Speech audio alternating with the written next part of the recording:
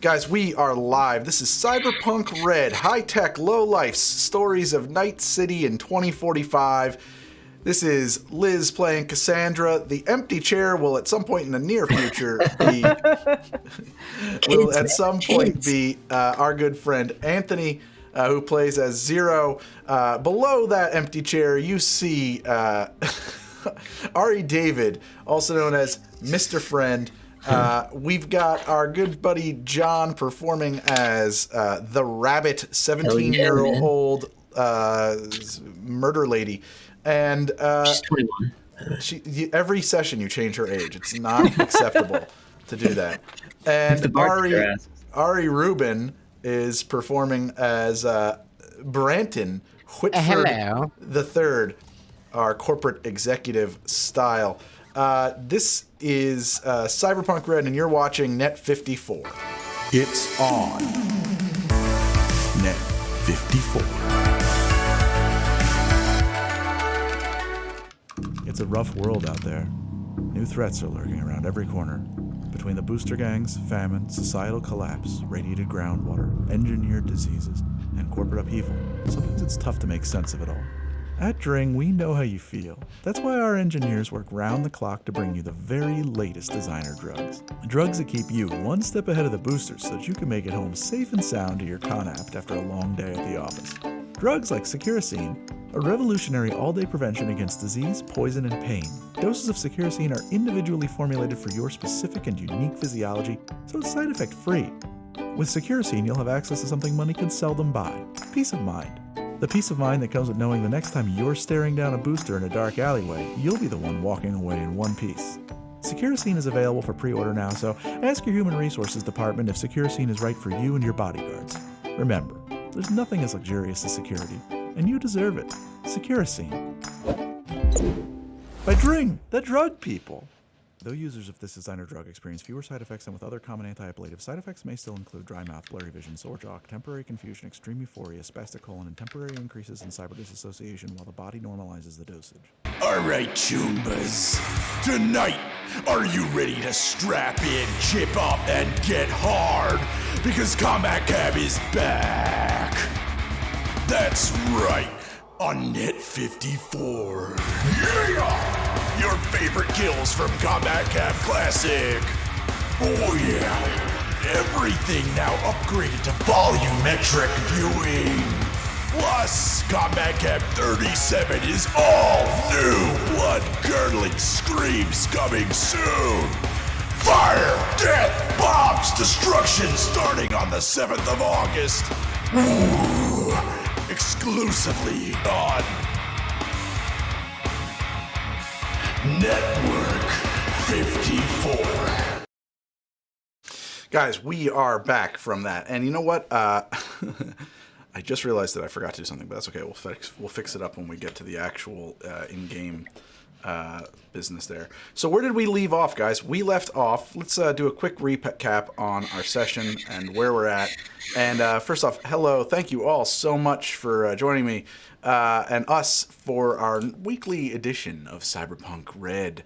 Cyberpunk RED, for those of you who are not familiar, and maybe you've heard a lot about Cyberpunk 2077 lately. 2077, just for an update for those of you who are just joining us, is the most recent installment, computer game installment of a long-running tabletop role-playing game. It's been around since 1988. First published as the game Cyberpunk, and then Cyberpunk 2020, and then like a Cyberpunk version 3, and then now Cyberpunk RED, which advances the Cyberpunk setting to 2045, which is sort of built as a bridge between 2020 and 2077, the game that all of you love to hate. Oh, you know what? I just realized I'm still in studio mode down here. Take that. It's on. Shit. Sorry about that. That thing started up again. And so... oh, shit. That thing still has those broken break thing tags in the Nightbot thing. I thought I fixed that. Well, whatever. The links work. So we're playing Cyberpunk RED, and we've been playing for a few sessions now, and if you missed it, there's a there's a collection in my videos, the VODs, somewhere on this channel that you can watch all of our Cyberpunk RED content. We just recently changed the name to High Tech Low Life. I think that we're in the process of renaming all of the previous streams. And also they wind up on HTD too, which there's a link for down there in the doobly-doo, as Matt Coville would say. So where are we at right now? Well, our players actually, our party, are embroiled in quite the heist. A heist that is going to see them take to space. They're on their way to space. They were literally in the car on their way to the airport, spaceport, whatever you want to say, when they are jumped by a gang, the Santa Khan, Khan, Santa Khan, and we ended right there at the beginning of that firefight. So we're going to jump in right now and pick up where we left off. Or we would if our good friend Zero were here. We're going to have to vamp a little bit because we can't get into that just yet. No, that's cool. How was your day? What'd everyone do? Stay inside? Be socially distant? Question. Well, Yeah? Go for it, John. Question. Yeah, no, players, ask the questions. Ask them. Can you explain space in this world? Yes. Like, how does a normal everyday Joe view space travel? It's where rich people hang out, man. It's not for the. It's not something that's accessible. I mean, so I'm fixing right now that Foundry is not plugged into our setup, and I'm just going to fix that while I talk to you. Space is like the place where they go and send, the junk of the universe, and then they send inmates up there to organize the junk into one pile. No. Into another. So the European Space Agency, prior to the events of the 2020 game, the European Space Agency started colonizing space. They started building a very large space station. There's a couple of them. There's the Johnson Space Station, which is in low Earth orbit, used as a transfer station to move into higher orbits. They've built stations at all the Lagrange points. I don't know if you guys know what Lagrange points are, but they're the spots that are around the Earth where the gravitational forces are equalized, so you can just hang out there kind of indefinitely. And they're pretty far out there, actually. Lagrange 7, Lagrange 5, Lagrange 3. There's, I think, 7 of them. And it's basically there's one that's almost all the way to the moon. There's one that's a lot closer to the moon. There's one that's between the moon and the sun, the Earth and the sun.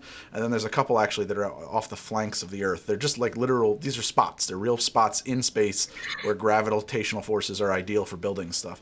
And so a lot of these major stations are built at Lagrange points. And the big one is at Lagrange 3, and that's one of the big ones is at Lagrange 3.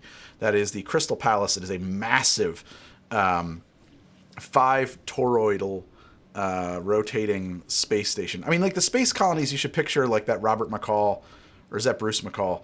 That 1970s space colony art with the big curving, spinning, things with everything on the inside and the horizon that goes up, into the thing. Elysium was built that way in that bad movie Elysium. That was not a good movie. I wanted that movie to be a better movie.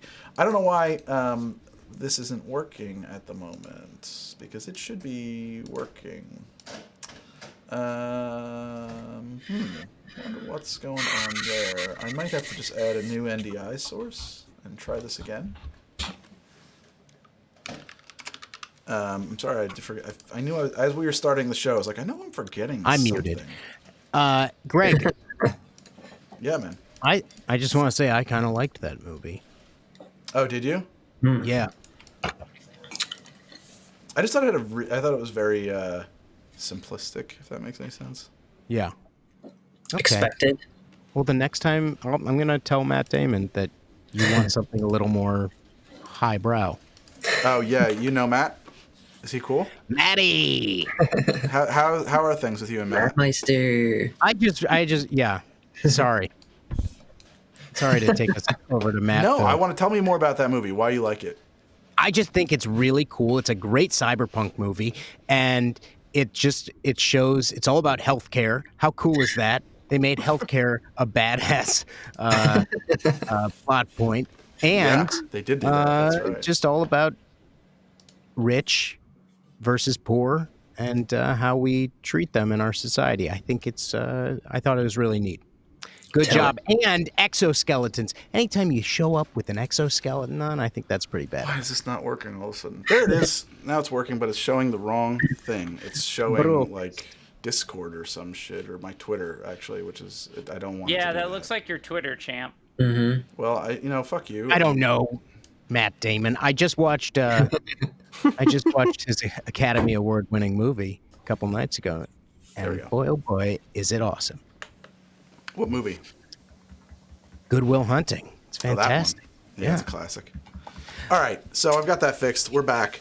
Good. Sorry about that, guys.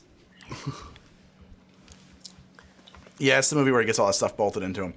So these little in-ears are kind of occluding again. I'm trying to fix a little tinny. Not tinny, a little bit like the sound there. They just have to have open channels to the outside, otherwise it just it ruins my hearing. Drinking an old-fashioned soda. It's not a very good but one. I mean, okay, so us, this crew, we obviously haven't been to space. So is this a once in a lifetime opportunity? Or are we talking about us in our actual world, flying to Fiji? Yeah, we could do it, but it just costs a boatload of money. It costs a boatload of money. It's something that, you may not, yeah, have you been to Fiji? No. Okay. I would like to go, but I know I could if I spent my life savings to get there. Right, that's about it. But going to space, I can imagine me going to space would be mind-blowing. It's very expensive. It is very expensive, and the people who live there are either so it's a complicated thing, right? So there is the European Space Agency began colonizing space, and you have to remember too that in this setting, Europe is probably the most stable part of the world. But we're coming to that. And they started colonizing space by building, there was this huge global project to build a mass driver down in equatorial Africa. And I apologize, I forget which specific country it was in at the time, but it doesn't matter because essentially equatorial Africa bands together around it and forms the Pan-African Union because all of this huge construction project took up an enormous organization and resources. And then about a third to a half of all of the construction workers working in space on these space stations come from Africa. And then shit starts popping off on Earth way before the events of the Fourth Corporate War. And the European Space Agency, the space people, the people who are physically in space, start lobbing rocks at Earth. As a matter of fact, they completely obliterate Boulder City, Colorado, kind of as a warning shot to just let you know, we have the high ground and we're not part of whatever you've got going on down there anymore. The European Space Agency themselves were kind of blindsided by that. Essentially, there's a rebellion. So space has kind of asserted itself as its own country. They call themselves, they're colloquially known as the High Riders. Officially, they are the Pan-African Union of Spacefaring Citizens or something like that. And so it's an independent territory with a lot of European Space Agency holdings, with a lot of other Earth-bound holdings. And then ever since then, basically every time there's been a major war on Earth, the space people have... there's 2 colonies on the moon, at least. There are numerous floating space colonies. There is a failing colony on Mars. There's quite a bit of colonization of space going. And there are other mass drivers on the moon. Technical thing, mass drivers are not suitable for putting people into orbit because of the G's involved, but they're great for cargo or for use as artillery. Lots of the big corporations have space-based artillery, space-tillery, where it's just a satellite that drops heavy things. But the actual High Riders essentially can hit any place on Earth anytime they want, and there's a whole new form of mutually assured destruction here, where basically space kind of holds the Earth hostage and prevents a nuclear war from popping off, because otherwise that could happen. Yeah, we need you for supplies. Don't kill yourselves, or we'll do it, kind of thing. Yeah, and so it's complicated. There's a lot of politics involved. There's a lot of corporate holdings in space. There are... Did I answer the question? Yes. Okay. Liz, reports from the front. How's the situation in your home? We thought the toddler was sleeping, and then he suddenly woke up to ask, Why do alligators have tails? Great Good question. question. Did you tell him that an alligator can swing its tail hard enough to break your leg? Have you tried tranquilizer Good darts? night. He also wants to know, why do tuna fish eat little fish? That's a tough one to explain. It honestly. is. It is, You because- get into some dark shit there. Yeah. Right. Are we going to have a whole circle of life conversation Although, I mean, if you're right gonna- before bed? That's intense. That's That is- intense it for a gets heavy. 3-year-old. But he's pondering the big questions as he eventually drifts off to sleep, theoretically 35 minutes ago. Yeah. But yeah, and if we just close the door, he's gonna hear us awake and having fun without him, and that's not Get a little gonna FOMO. work. Yeah. My kid says Yeah. things now like non sequiturs, like, "Well, but that'll be when I'm grown up and get dead." And she'll say things like that now. It's just like, yeah, or not, whatever. Have you had the death chalk with your children yet? Any parents here? Listen, Have you explained You kind of let mortality? them figure that out. I just had. Yeah, I, you just did. we just had to do it yesterday. I had to explain. Wow. My wife and I had to explain to my 7-year-old, like, well, we had to have the conversation of like, what is death and morality or mortality, and like first, my wife and I like sat down and had a conversation about it. Like, all right, what are we going to explain to him? Because like we don't adhere to like set religious beliefs. Like we I more or swear, at less. some point, this will be about cyberpunk for the people watching. But go on. Like we told him, I and mean, doubtful. we told him, and he was just like, grandpa, great grandpa passed away like yesterday. Like, do you have any shit, sorry to hear that. questions about it? And he was just like, no. I was like, really? Like nothing at all? And it's just like cold. It was like, Take that fucking no. That's a win. Take that. no, right? He was all, Yeah. he was like, oh, I got to call Pop Up and see how he's feeling and stuff like that. But other than that, I was just like, all right, I guess we don't have to have this conversation yet. Like, Parenting I punk. think maybe he's still too young to really like grasp it. That's good. I don't think I got it until a couple of days ago. So Yeah. See, I got a cat, and he's an idiot and doesn't understand English, so I don't have to explain this to him at all. I just have to feed him and scoop his poop. Yep. He's got you under his thumb. does he have a thumb? Joke on you, John. He doesn't have thumbs. His paw? All right, Does he come have on. Man. one of those polydactyl cats, those inbreeder cats? What's up, Greg, Art? you He want doesn't have that. to He's tell us just a bit a about straight one. Arasaka and what's going on there? Well, Yeah, why we're going to space? yeah. That's a Other good than point. it's awesome. Okay, so thank you. Let's catch you guys up on that. We're really this yeah. All right. So we're gonna catch you guys up on why are we going to outer space. So Zero, his old girlfriend shows up in town and they bump into each other. His high school sweetheart, not really high school, but that age, right? Because they didn't go to high school. They grew up on a floating city in hell. And so LaShawn Tachibana, she's a hotshot cyber jockey, a serious hacker. Who is now working. She's been kind of enslaved by this Yakuza crew that she was working with. They've injected her filled with these nanites that will eat her brain if she does not receive regular maintenance. It kind of keeps her on a short leash. The guaranteed lifetime contract, so to speak. And they ran into each other, and lo and behold, he discovers that she's here on a job in Night City out of Tokyo. She hasn't been in Night City in a very long time. That passes by, and then she calls out of the blue saying, actually, in fact, I do need your help with a thing. Oh, that's a terrible situation. The battery on that just died? No. Okay. In fact, I do need your help with this situation. And you guys meet, find out that she's here with a crew on a heist. They're going to raid the server, the net architecture, at Michiko Arasaka, or Michiko, for some reason, her last name is eluding me at the moment. She's married and she has a different last name right now, but she's Michiko Arasaka. She is Kei Arasaka's only daughter.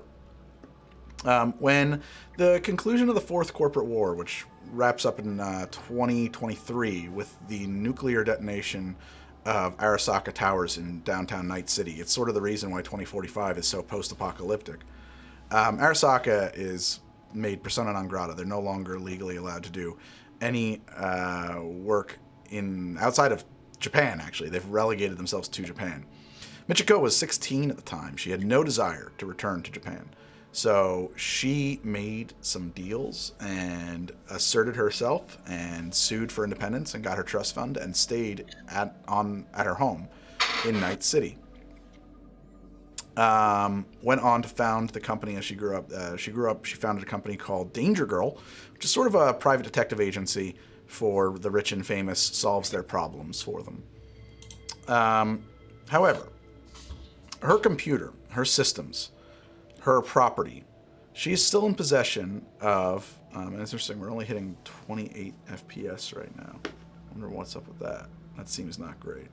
She is in possession of files that contain sensitive information for the Arasaka Corporation. Mainly, it is a file on the last known whereabouts, names, and identities of Arasaka employees, agents, and operators who may continue to be existing inside of the United States, or the formerly United States. LaShawn Tachibana is on a, quote, Yakuza crew, but in fact works for Arasaka. And so the job you're brought in on is to assist her in liberating these files from Michiko in service of the company back in Japan. Meanwhile,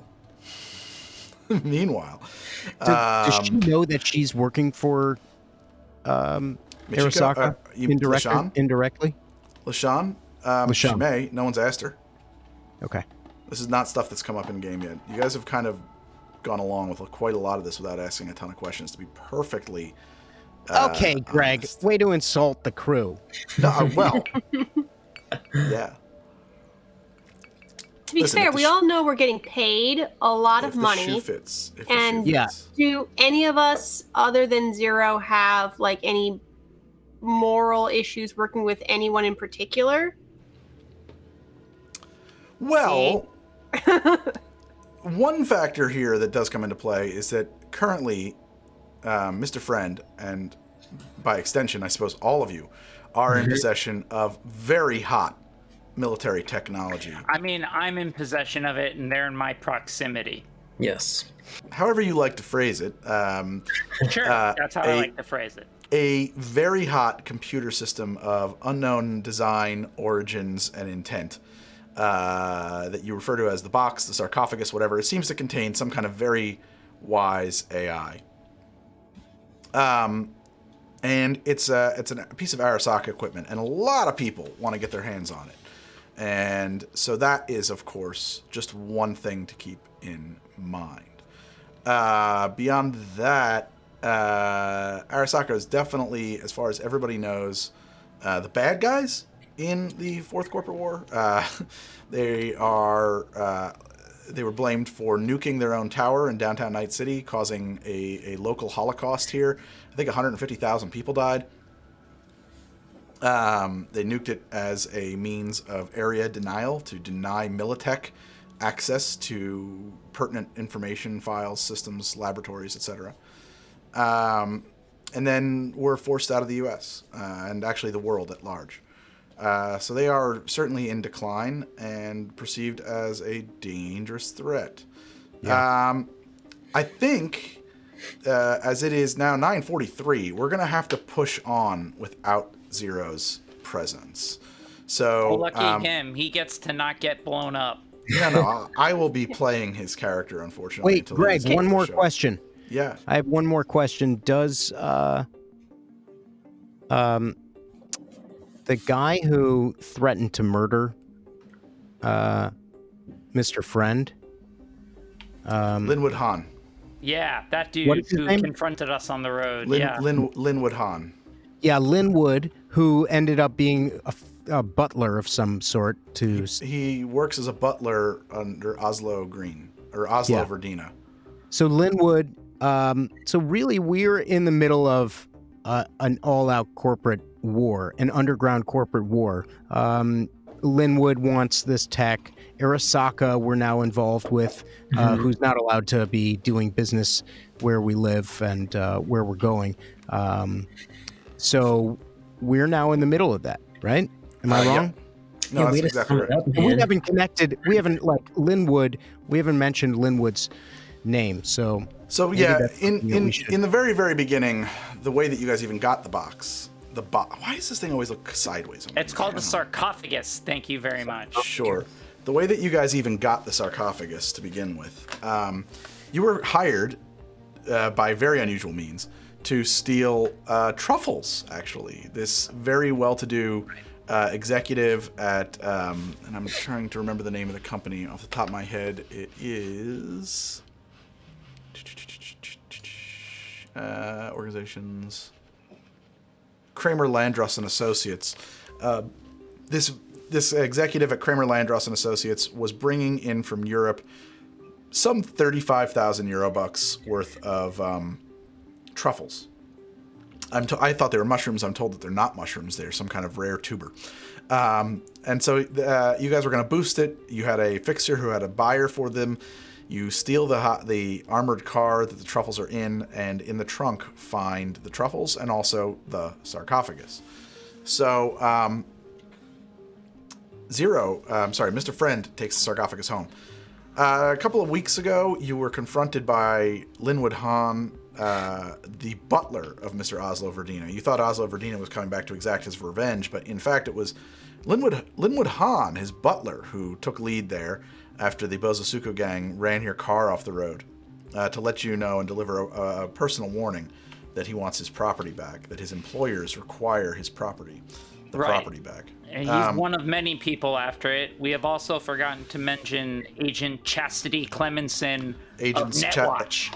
Agent Chastity Clemenson of Netwatch also offered to make a deal with you.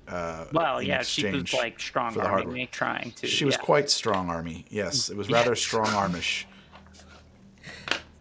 So far, I've said "f you" to everyone, basically. It's true. What is her name again? Cassandra to Chastity make a real big Clemenson. fucking bomb. One more. Chastity Clemenson. Mm-hmm. Chastity. Cece, as her friends call her. CC. Oh, do I know that now as part of like my info packet on her? Yeah. That I got. But it would be pronounced like CC, like JJ, not CC, like not like it's like it's an initials thing. Like Chocolate City, CC. Because I love you, CC. That's right. Bootsy Collins reference right there. Good for you. Good for us. Good for everybody. Zero, what's up, man? Get a power spot. No, I'm back from special assignment. So I think we're ready to start this session. Finally, let's get right into it. We're gonna pick up where we left off with the shit hitting the fan. So, did someone just whisper my name? We're supposed to have music. Is it music? No, we're switching to something totally different. You should hear new sounds. Oh, those sounds. You're not going to hear those sounds. You have to, we have to set up the Discord for that. That's my mistake. Well, I Sorry. believe John and I are already in the Discord. Give me 1 second, and I will set that up. Right, Ari? High five. Audio. 1 second. Yeah, the folks at home can hear the gunfire and all of the sounds. Oh no, Ant, you've disappeared. No, that was deliberate. Okay. He had to just change his pants real quick. Bugs out of there. Gotta get them bugs. Okay, so you guys should have sounds now as well. Broadcasting on Discord. Okay. Why do you guys always assume bugs? I mean, well, stop. do you want to get caught with your finger up your nose? I don't think anybody does. We've all seen that Seinfeld episode, people in their 30s. I did not pick. That's right. I was in the pool. The pick, yeah. It wasn't a pick, it was a scratch. All right. So where we left off, you guys were driving when several grenades went off in front of your and around your car. Boom, boom, boom. Okay, Medusa Jones driving tries to maintain control of the vehicle, but skids out and crashes into a street light here in the combat zone, and then you realize that you are surrounded by grubby-looking booster gangers wearing maroon filthy Santa costumes over their leather armor, and their leader, who's wearing this wide chest opened affair with the brushed back kind of white thing. He's got a medallion on a chain around his neck and just like this crazy white hair that's just like pushed back. Branton immediately recognizes him as Ryan Moore, the former employee of Symbiote Tech that whose life Branton ruined to get his job. Declares that At last, I will have my revenge on you, Branton Moore. When he levels a microwaver at the party, and his crew begins to open fire. We're going to have to roll initiative. I hope that everybody is in the scene. You're not. Why is that not working? I need to pull everybody in. Can I talk to him? I'm here. Yeah, but we're going to roll initiative anyway. What the hell is a microweaver? So Cassandra immediately recognizes that and goes, guys, I hope none of you depend on your cyberware to, like, stay alive. I If you do do, see. then whatever you do, don't look at that guy's gun. Copy that. Don't look at it. Okay. Don't look at it. Don't look at it. Well, I mean, Just if it's pretend your it's not eyes there. you're concerned Just- about. What's that supposed to mean? What I'm saying is Don't he's look got a directly at it. microwaver, and if he hits you with its beam, you're stuck throwing rocks at him, I guess, because your cyberware's fried. Oh, shit. Good to know. Thanks. Okay. So yeah, we can have a conversation first. Like in character, or are Yeah, you yeah, yeah. saying Well, no, Branton. I mean, Branton wanted to know if he could talk to Ryan Moore. Cook He's some standing mad- up there on the roof. He's on the roof. He's like 2 stories up or 3 stories up. I'm sorry, on the roof of this building, leaning over, and he's got his microwaver, this like big square looking rectangle with all these wires and stuff coming off of it. And he says, What do you have to say for yourself, Mr. Branton? In classic Moore fashion, you really know how to be over the top, don't you, Moore? I have new friends. What are you talking about? Oh, I see lots of friends. You got a bunch of Santa Claus-looking idiots right next to you. What's your problem? You knew what you were signing up for when you put your name on the contract for Symbiote Tech. That's the way business goes. In the corpse. You obviously couldn't hack it. So it's good that you're hanging out with your new gutter friends. Well, why don't you just leave us alone? What? Why am I way out in the open? "Oh, yeah, I'm sorry. I had to move you guys away from the car for a few reasons when I was setting this up." I'm with the car and definitely not standing in point blank range of the microwaver. Okay. Display bars, always for owner. Fact. Health pool, character, display name, always for everyone, update token. Hang on a second. Let's fix this. What I was signing up for. I'm trying to think about how you would reply to that.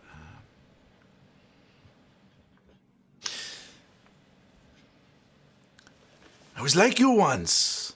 I was full of words, Branton. I had many words that would boil out of the pustule of a mouth that sits at the center of your face. But now, all that burns in my heart is revenge, and I will have it this day, Branton Whitford.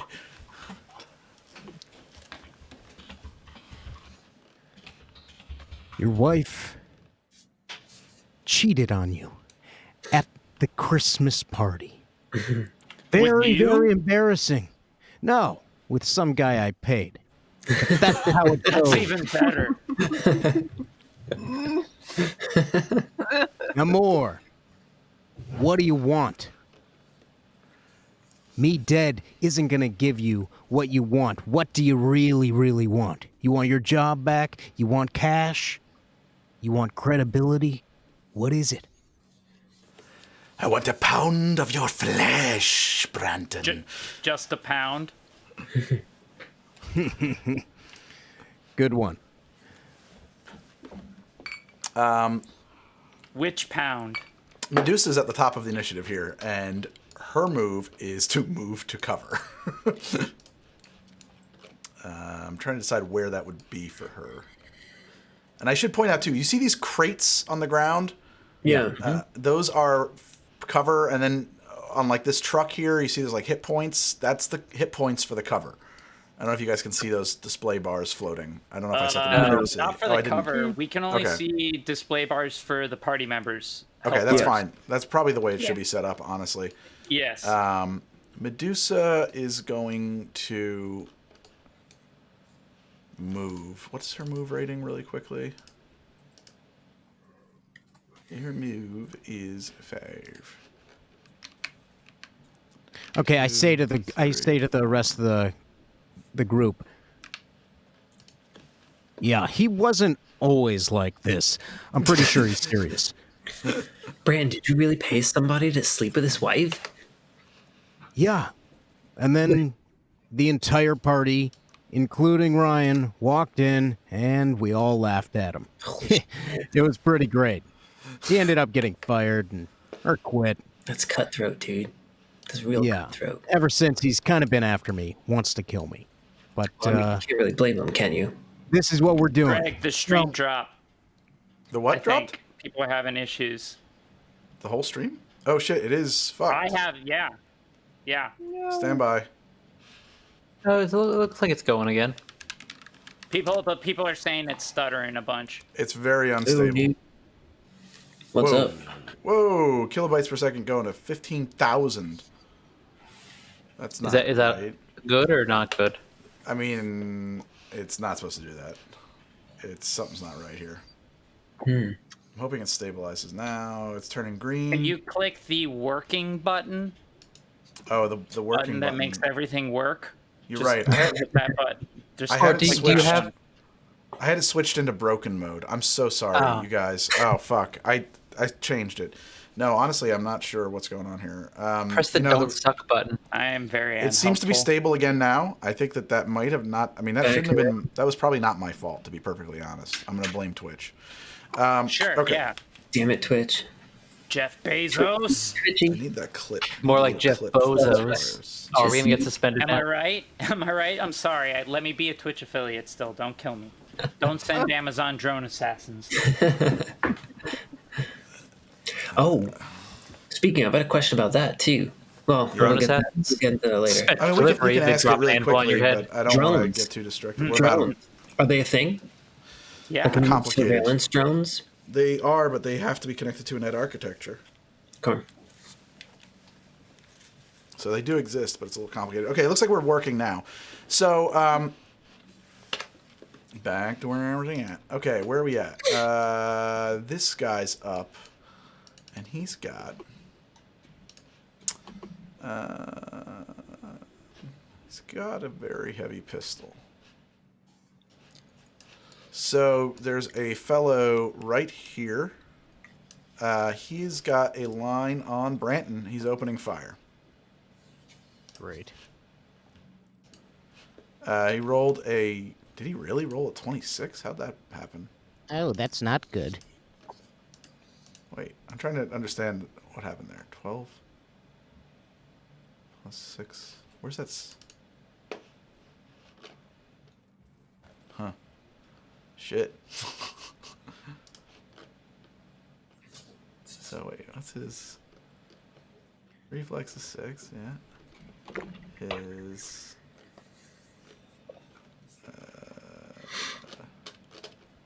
social awareness... Handgun is 12. Yeah, that's right. So he rolled a 26. He rolled a very high stat roll, very highly. He did good. He did good today. It might be his day. Let's bring up my range chart, but I'm sure that's going to hit because that's ridiculous. Okay, there we go. And we've got a pistol, and he is... that's not right. Standby. Configure. Distance should be 2. Okay. And so 16 meters. He needed it hits. Yeah, it hits. So he rolls damage on you, Branton. Does 9 damage. So you have armor of 11, so you take no damage, but you reduce your armor by a level of 1. Yeah. This guy pops up over the railing of this building, boom, fires a shot, and then ducks back down. Let me know if I'm ever too loud, by the way. Ricochets off Branton's armored suit. Let's move this over here so I've got both of those. Hey, Greg, per day, does that ever come back? Per day, what the do you mean armor? per day? You guys we've been tracking it, yeah. It does, you have to repair it, but you have been between sessions. It hasn't been an issue where it hasn't, don't worry. Okay. There's been time. This member of the crew is also popping a shot at you, Branton.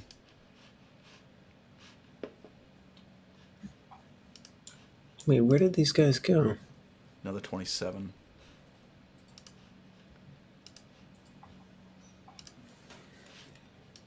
Rolled a 9, Branton. Yeah, I'm good. Okay, yeah. You have to go to combat and ablate your armor.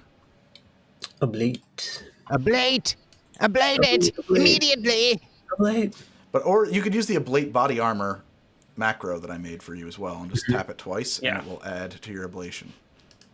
Got it. Okay. 0's up. All right. Oh man, not again. I'm getting shot at. Not this again. I mean, you keep hanging out with us. Yeah. Yeah. Which way did we come from? The south? You drove in from the south. You came in up this way. And where did everyone else come from? You're kind of surrounded. There are people here. That one dude's way up here on the roof. And then there's some people back this way. There's a dude on the roof. Yeah, that's where Brian Moore is. Okay. Santa Nunian Khan. Yeah, that is definitely who he is. Santa. So we can all agree that we're going to shoot the guy with the microwaver first, right? I was going to clear us out some cover. I think we need to murder the guy who can destroy our cybernetics first. Where is he? I can't even see him on here. Greg will highlight him out. You can hear his voice. You probably don't have line of sight for a couple of reasons. You know what, though? I might not be really honest, because this is a much lower wall than I thought it was. So give me a second. I'll change this wall type.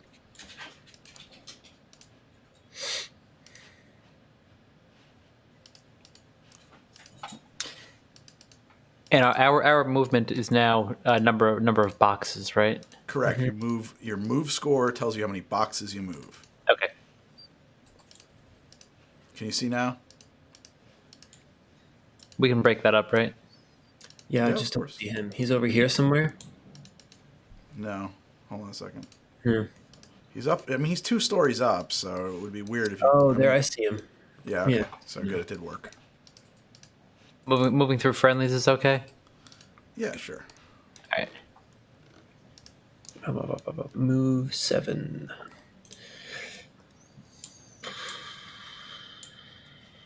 Now, to the north, there's folks between this crate and this bus, right? Correct. Okay. I can't see them. All right. So, all right, let's guys, we got to get out of here. 1, 2. Oh. Are you just 1, running? 2. No. We got a Final- bucket, guys. The Final Fantasy retreat. 3, 4. All right. Do I have 5? Can I see these guys behind the crates yet? Can you see the guys behind the crates? It's like the view hasn't updated. I don't know why you can't see them. What do you mean? Like there should be someone here, right? You said there were guys there. Yeah, there are, but I'm trying to figure out why you can't see them. There must be line of sight issues? No. It was just no light hitting them for some reason. Yeah, that's what it is. Hold on. Dim light. There we go. There. You probably see him now. Have we decided the quality of my weapon or no? All of your weapons are standard quality at this point. Okay. So I'll figure out what that is. But I pull out my pistol and I fire 2 shots at this gentleman right there, the one closest to me. Okay. That's at a range of 6 meters.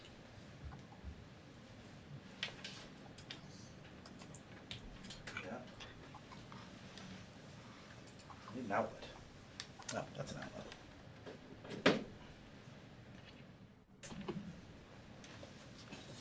There we go.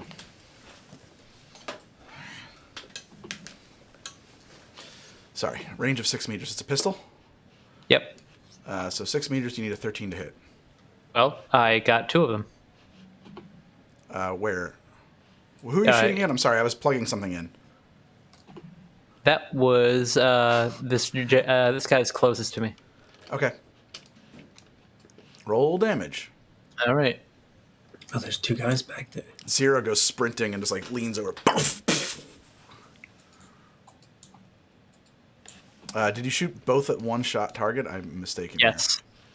Here. Okay, so this person right here, a 13 and a 10. That's very bad for them. 13 minus 4 would be 9, and then a 10 minus 3 would be 10, 9, 8, 7. Cancel. Hold on a second.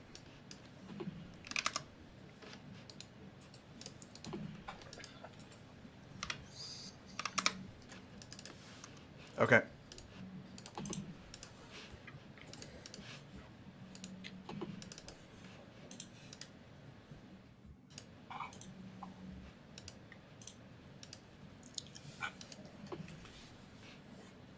Yeah, he's in bad shape. All right. That's the way I like them. So, am I able to take cover under this bus, or do I gotta get to the other side of it? How much have you moved? 5. You want to crawl under the busted bus? I don't know. I'm just trying to. All right. So I'll use my my other 2 6. Oops. 6 and 7. I'm off the board. What's over here? It's just the street continues. Believe it or not. All right. We'll have to draw some pictures for that. The end of the world. It falls off. There's It looks like we have to kill these people. Yeah. Street, All right. little bus Well, here. I'm getting everyone this on building one goes side of that me. way. So You know, streets there as well. Smart. all right. There's like probably another staircase right here. Okay, there you go. That's okay. my move and my action. That was a great move. That dude, by the way, you leveled your pistol at him. What brand is it? Is it a I'll find Frontier out. Arms? It's a Frontier Arms pistol. Yeah, Just like all right. leans back, boom, boom, fires off these 2 shots. The dude's like just like extreme pain. Blood is like drooling out of his mouth. Been shot in the gut twice. The rabbit is up. Yeah, so the rabbit, here's what I'm going to do. First off, I'm just going to turn on damage deflection. But yeah, she sees Zero just like take off sprinting, and she's just going to turn and be like, "Where are you going?" And then she's going to reach down to her arm and just like tap some buttons as her cyber arm opens up, and a disc comes flying out around her for her like protective shield. She's gonna rip the rabbit off of her back and sprint and jump off of this into this guy's face, the one that he just shot up. Yep. Right? Was this one? Yeah.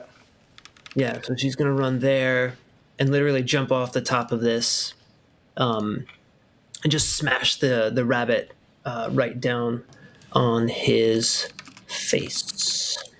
What is the rabbit for the people who don't know? It's a heavy melee weapon. It is a giant stuffed. Well, it's a stuffed plush rabbit, just filled with giant weighted balls on the bottom. So when she swings it around, it's like a giant mace. Yeah. Yeah. I mean, that's pretty bad. She just grabs it by the ears and like pulls it off her back like a backpack, and just clobbers this guy right upside the head for an 18 to hit. He has to roll his reflex, but he's pretty fucked. Give me 1 second. Okay. I feel like anytime I use the rabbit, I have to actually get the rabbit out. No. The in-world rabbit's got to be much larger and like probably Kevlar or something. I just imagine like one of those disgusting like old toys that you have that has no like hair left. It's just like, it's like all worn away. What did you roll? 13? 18. You rolled it. No. Oh, you totally hit him. Okay, good. Yeah. So then damage 12. Yeah. And that ignores half of his armor. It doesn't matter.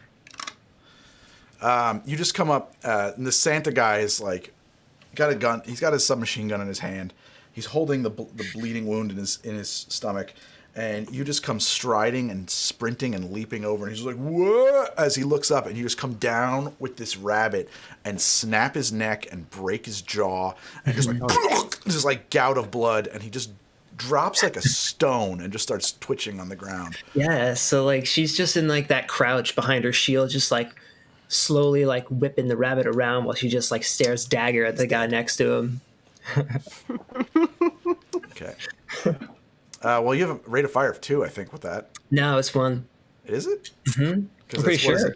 Weapons, the rabbit, attributes.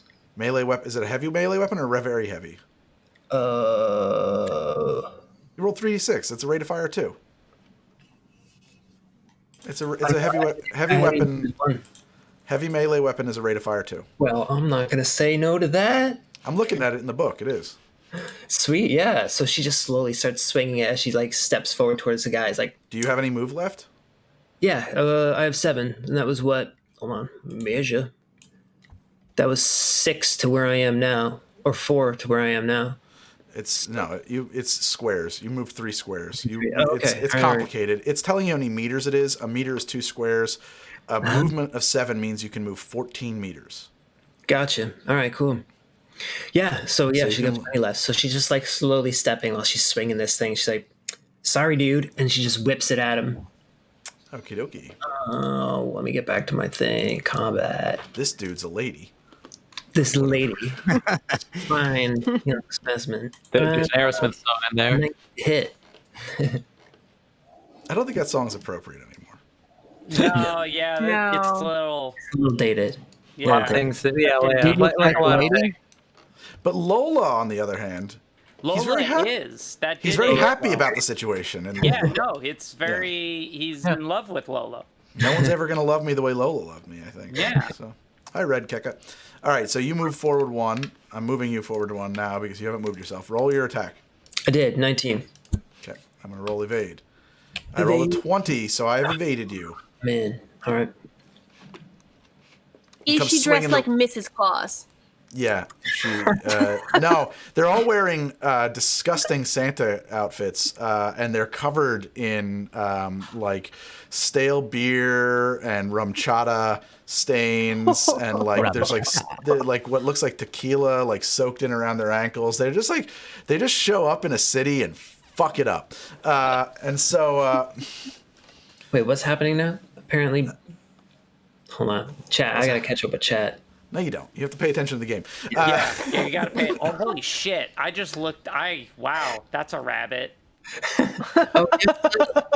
What's I that? love that. I like the light up eyes. That is cool. Does that really? I mean, the question is, how far did you go? Is that just stuffed, or did you put like lead balls in it that you can like? It's just stuffed. I was afraid my son would get it and actually start using I was it. gonna ask like if you No. were using it for disciplinary purposes.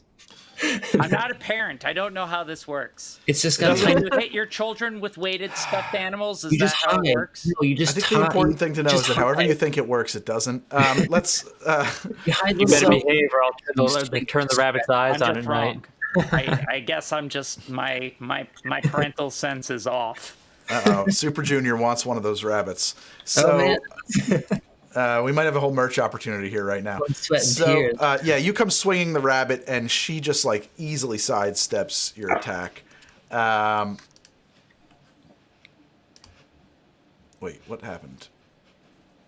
Oh wait, that's not. Oh shit. Okay. That's gotta, man, that has to be more of a parent who's hot. Man, I gotta change that in the CSS. I don't like that at all. Mr. Friend, you are up. Oh boy. Oh boy. Well, I don't Wait, like. why did Streamlabs just... I don't have any merch. Where did the fuck did that link from Streamlabs come from? What Who's the making hell? your merch? Wow, the AI is taking over. Oh, What's shit. happening here? You do have merch, apparently. Why is there a Greg from HTD.com? What's happening, Streamlabs? Oh, Streamlabs, what are you doing? There's no merch, but it will let me give you money, I think. Or You it will. didn't use Streamlabs. I thought you were strictly an OBS man. I mean, there are Are stream. you Hold cheating on. on OBS? No. There are like the alert boxes and stuff like that. That all comes from Streamlabs. There's things you use from Streamlabs. But no, in all seriousness, Streamlabs, hi. Why do you have a Greg from HTD.com? And why? What are you talking about merch? What are you doing? I mean, I made a because I use Streamlabs. I have the Streamlabs, like they let you make a merch thing. Is Streamlabs a person or a bot? No, it's a company that like does a rewrap of OBS that's more user friendly. I'm looking mean, at Greg from Greg, I'm HTD.com, on and my Greg show from is over. HTD.com right now, and it is broadcasting our game, Like and you can give it money. Wow. Okay. Oh, Barkov Are is you- doing this. Go ahead. Greg, how do you not know this website exists? Oh, Barco, stop doing that. I thought Streamlabs was in here making things happen. No, Barkov. The only thing Barkov's responsible is my OnlyFans. Okay. All right. That's Moving- not a joke. He really Stop. did I'm done. make an OnlyFans. Moving along. That was a stupid distraction. Meredith, cut that out of the show. All right, Mr. Friend, you're up. What's your move? I want to shoot someone. Great plan. Solid plan. Can't miss. Statistically, I can, but thank you for your confidence. Believe in you. Range. Let's see. 22, 24 meters to hit Shaka Khan. Oh, Santa Khan Moore. Sorry, I was saying Shaka Khan Moore there for a second. I liked that. I gotta check the range on a very heavy pistol.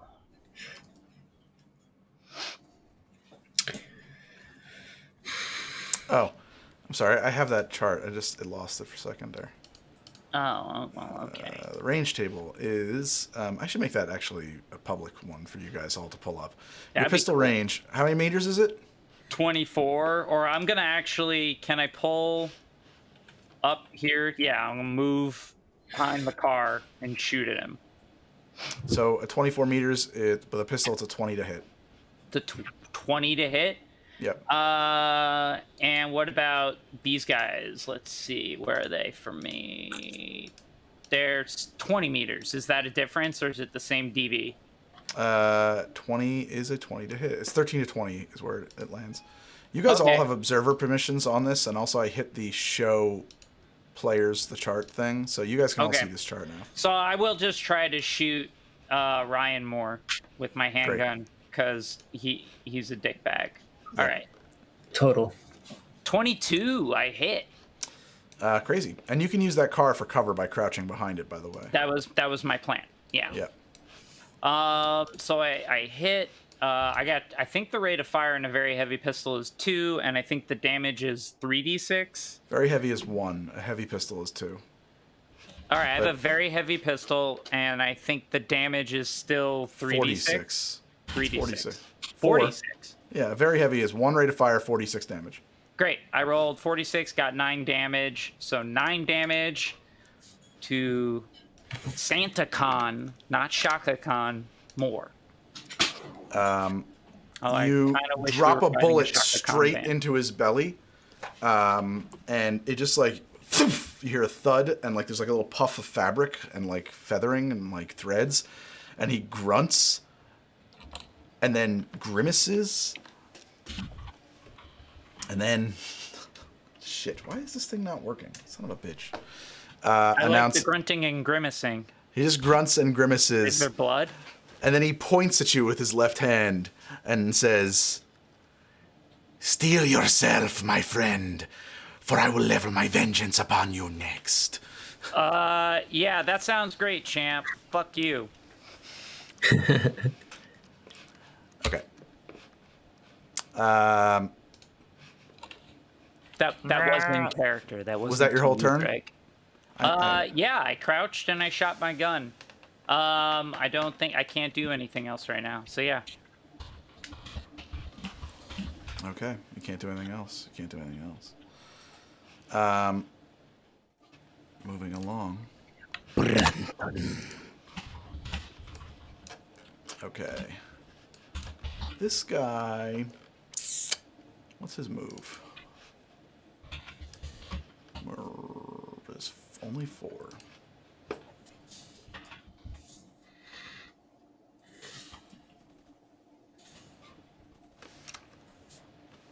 So this dude kind of pops out from behind this vehicle into the middle of the road.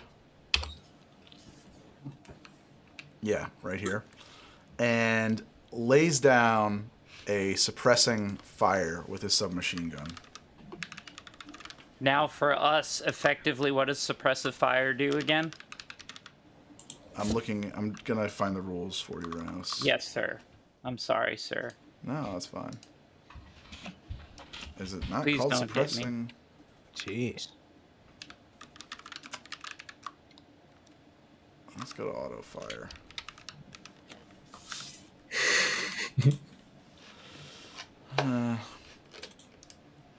Getting that for you guys. Stand by.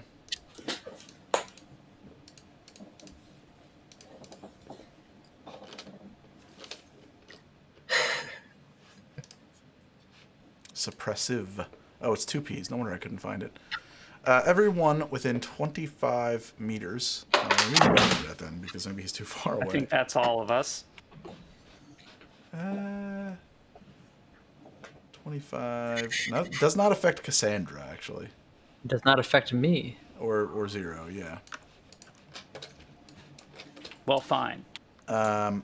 He's going to make a will concentration. Everyone within 25 meters and out of cover. But I am in cover. Excellent. Which is really only Branton, actually. Oh, You know what? buddy. No, this is not Buddy his guy. move. This is not what he's doing. He is going to... he's unloading on Mr. Friend, actually. Bullshit. H. Sorry. Greg, How much does my cover add? So cover, you're either in cover or you're out of cover, and if you're in cover, he has to shoot through the cover to hit you and break the cover. That's Got it. So it's just extra armor. It is extra armor. Cool. Greg, Yes. you dropped the range table. Yeah, well, you can get it anytime you want. If you click the little book at it's the in the top on stream. the... What? Oh, it's If you in the go stream. to DM Sorry. notes, there's like rule references. Oh, it's in the stream. And- Sign. It's out. It's out. Ah. Sorry about that, yeah. Oh, but my that is mistake. helpful though. I'm Yeah, that's cool. You should only see that in there in DM notes. It should... Yeah, the no, only thing all should you be see in is the- the range table, Greg. You didn't reveal anything else. That's fine. I'm just checking. I'm confirming So for you, it's sir. a table. Master. He is 24 meters to hit you. He rolled auto fire Oh, I didn't roll, thankfully, because that would be terrible if he had. He rolled a 15 to hit, which I don't You think rolled is gonna- privately again. Is Did that I? on purpose now? No, I don't think I did I? Yeah, you Yeah. did. Game Master privately rolled. There you go. You've been doing that all night. Oh, I didn't realize. I'm sorry. I'll switch. I don't know why it does that. Secret person. I Well, I don't mean, do- some DMs do that. It's like the DM screen. They don't tell you the number. Auto-fire It's an submachine option. gun. I wouldn't be mad if you did that, but He misses. yeah, he does. All the bullets just like scatter around you. Mr. Friend remains very calm and still. So he does, like an action movie hero. He doesn't even flinch. Oh, and then he pops back. This one is doing the same thing. An 11 also misses, and he pops back. This one now.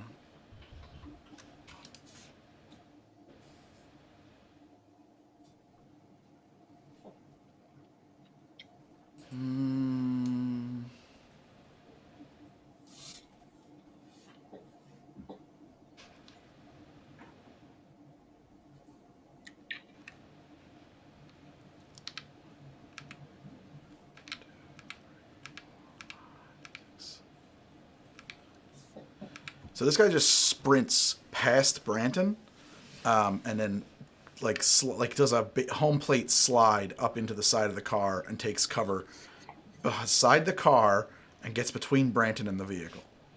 Here. Then this guy, Ryan Santacon Moore, at 16 meters to Branton, fires You gotta get his cover, man. cyber. Yeah, he he fires said he's his going for microwave. Branton first and then me. So he fires a microwaver at you, Not good. and it is. I was trying to be diplomatic. 16, That was the wrong choice. and it's a hand. Did a really good job. I thought you did a good job. 16. I mean, Branton usually does. He has talked us out of some crazy shit before, but He misses. you did pay a guy to Good. screw this guy's wife. He has this huge gun, kinda don't come- this big electronic gun, and you just hear wow, but nothing happens. I pull out a mirror, and it goes right back at him. It's not Totally stunned. You do hear Khan shouting, "Damn you, Branton! Damn your luck!" Oh, Ricardo. Branton's up. Okay. I think the best thing I can do is... I mean, I should run. I just need to get away. Although... Yeah. All right. Getting the- I'm going to go towards Negative. the rest of the crew.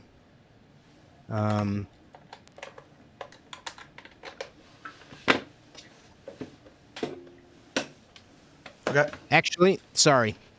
I'm going to go right here. Where are you moving?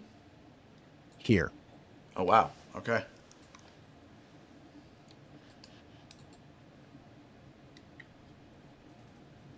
And oh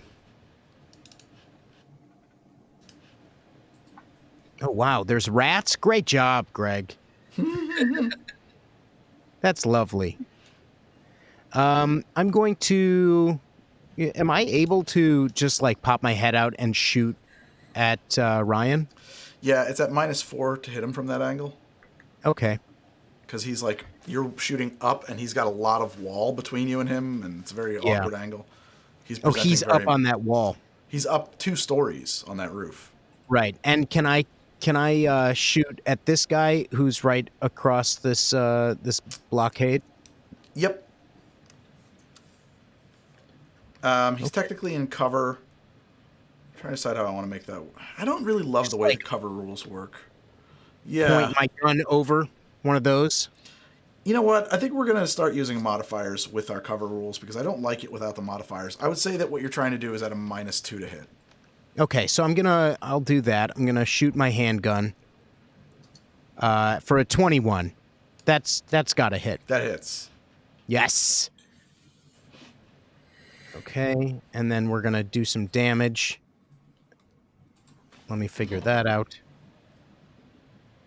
Macros.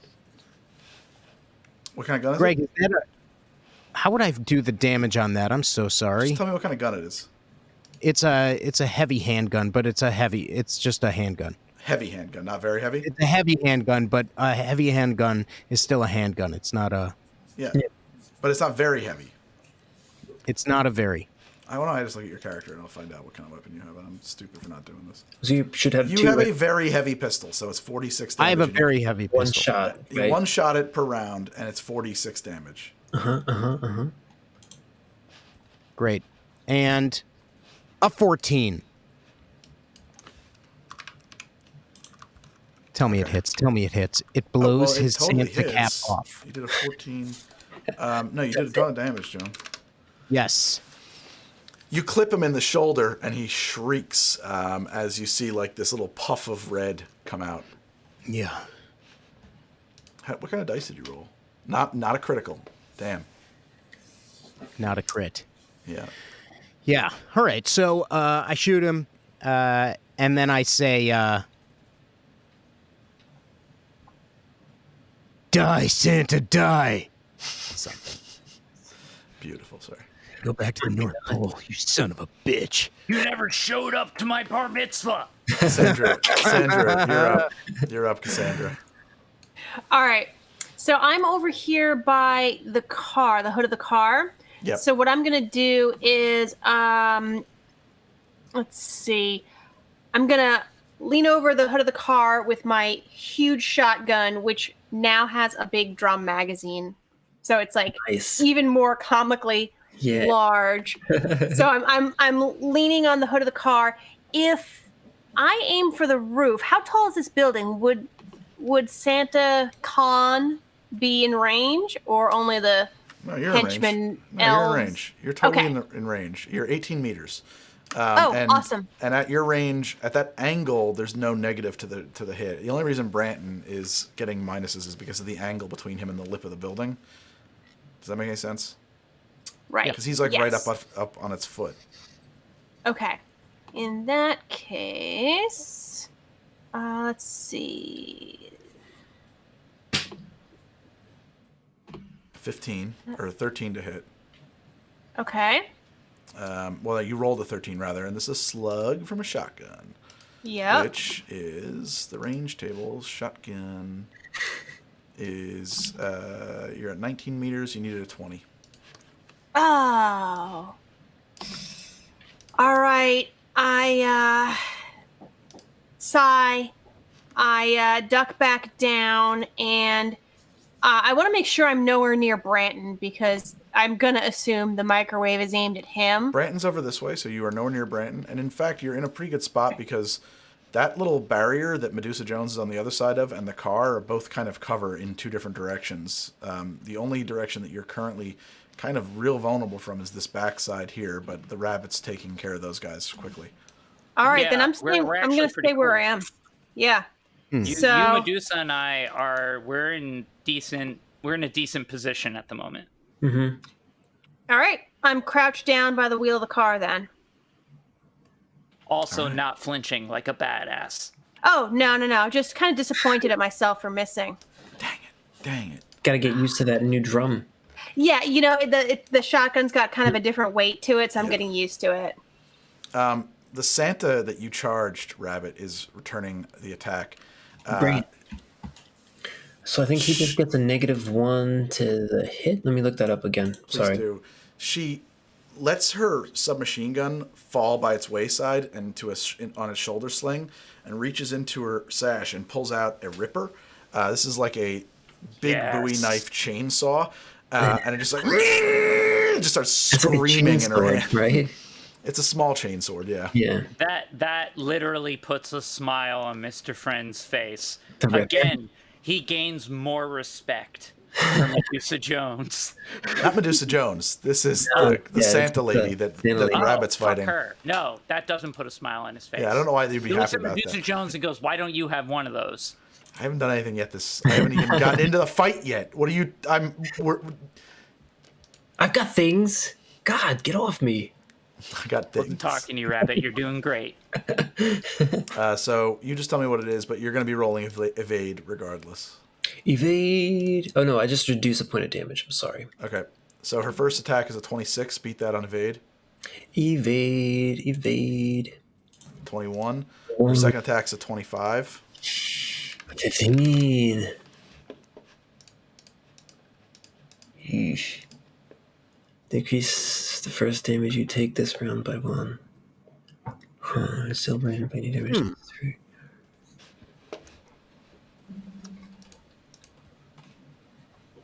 So she hits you twice. Plus 3 armor. What's your armor? 11. So melee attacks ignore half armor. Mm-hmm. Her first hit was a 14. Okay. Four- So it would be a 13. What? It would be a 13. You have an 11 armor. Mm-hmm. Plus the 1 for damage deflection.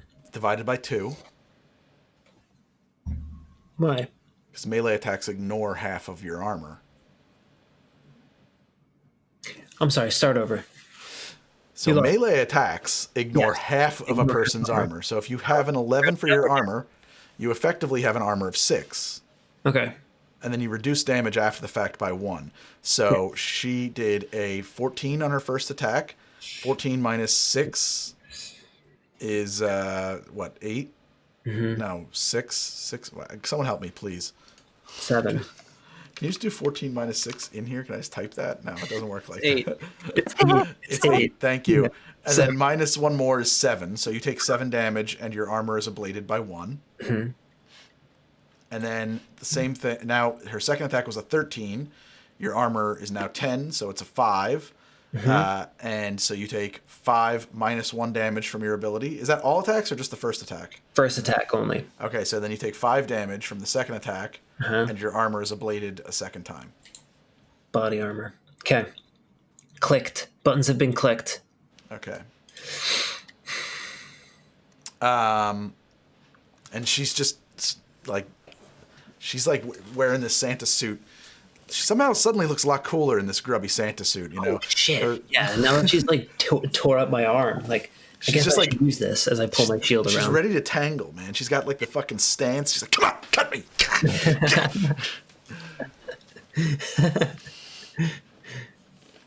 You fucking bitch.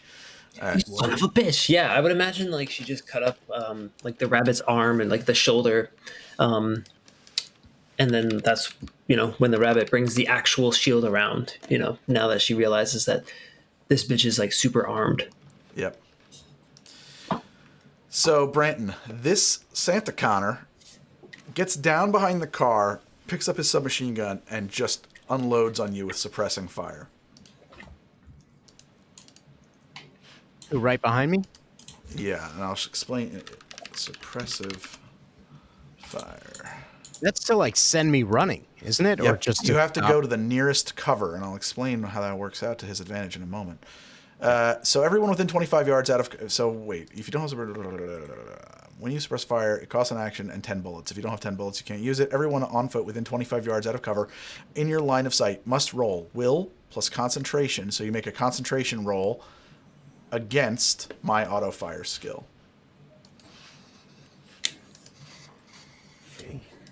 So you have to beat an 8, which is a joke.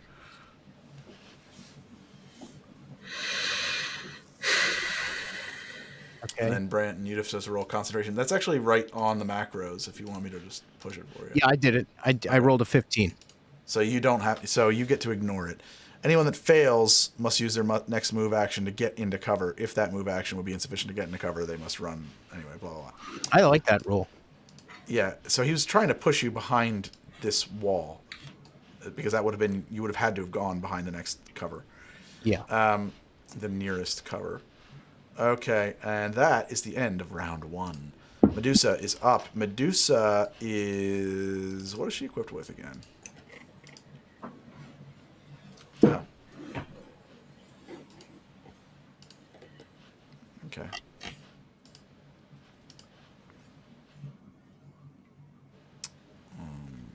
She has those.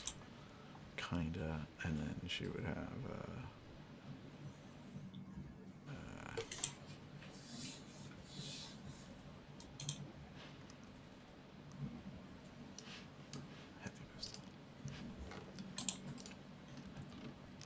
Trying to decide if I want to move her or not. Combat.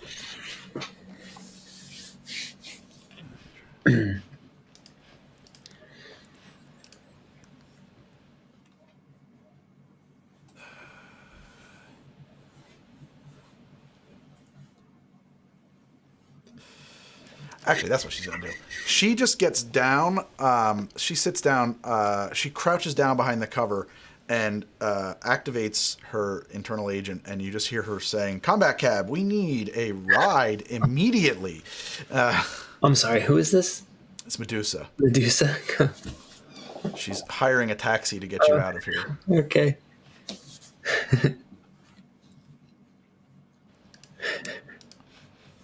This guy's move is to charge out. He jumps off. 1, 2, 3, 4, 5, 7, 8. And then this one does the same thing. They both jump. These two Santa Connors jump off this wall and come running out into the middle of the street. Zero's up. All right. I'm gonna. All right, so I'm gonna get over to by the wheel of this bus. So that's gonna be 1, 2, 3. Does that get me close enough? Yeah. And does that get me a clear shot at this Chumba? You have move. If you took a step sideways, you could have a clearer shot. I would say that you'd have to use 1 square of movement to pop out and get the shot.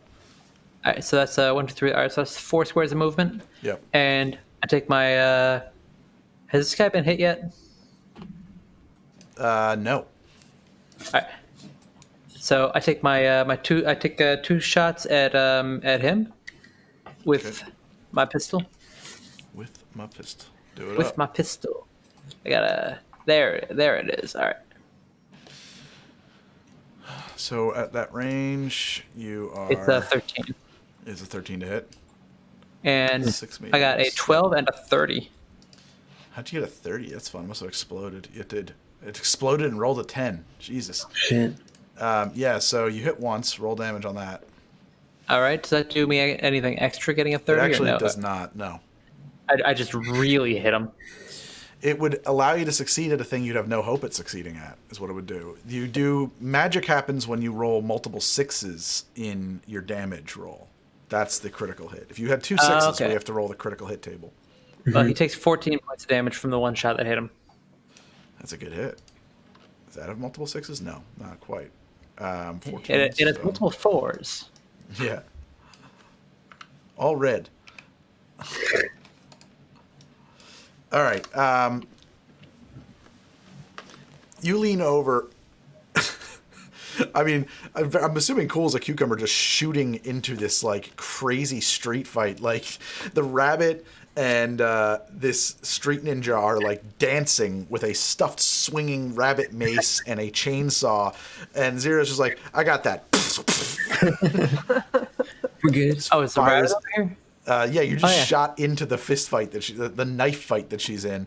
It's just in slow mo where the bullet like flies past her head. Duck. You catch the booster in the red Santa suit under her collarbone. She sputters and steps back and just grits her teeth with blood in her mouth, ready to go. Oh, okay. And then I'm gonna go 5, 6, 7. Rabbit's up. Well, Greg, I think you know very well what I'm about to do. So yeah, after taking that, that hit, the rabbit, clearly starts to get focused. You see her literally just kind of square up, and her eyes just connect with this random Santa lady as she takes the rabbit. Yeah, and just kind of like swirls it around a bunch and just goes in for like a swing up to the chin. Yeah. For an You attack. have 2 of those attacks. 22 to hit. Yep, and she's in a roll of aid. It hits. Okay, damage 11. Second attack coming in, bringing it back across 32 to hit. Oh, that's really weird. Damage 8. Ouch. Oh, that's funny. It doesn't work like that.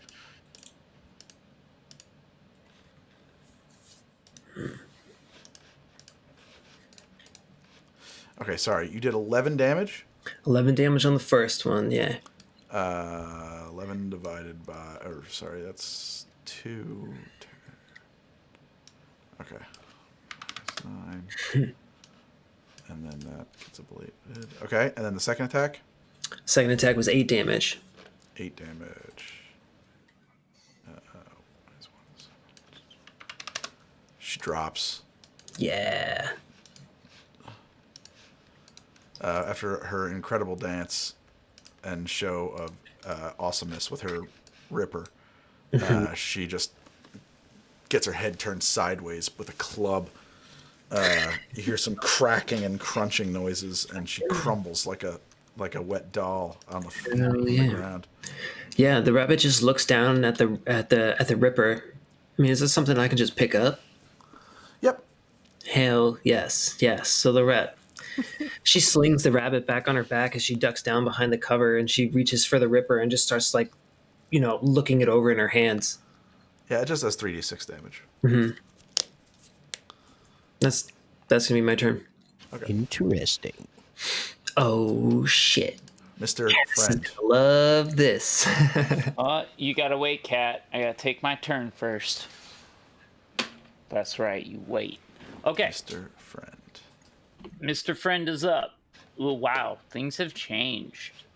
Well, they're closing in still, but I really don't like fucker with a microwaver. So I'm gonna shoot Shaka Khan again. Santa Khan. Shaka Khan. 20 to hit. That's a 19. I have to declare luck points before the roll, right? Correct. All right, I miss. Oh well. I'm very sorry. No. And it's the rules. Them's the breaks. This I guy curse under my breath. Fuck. And I crouch back behind cover. is let me see here. Yeah, it is.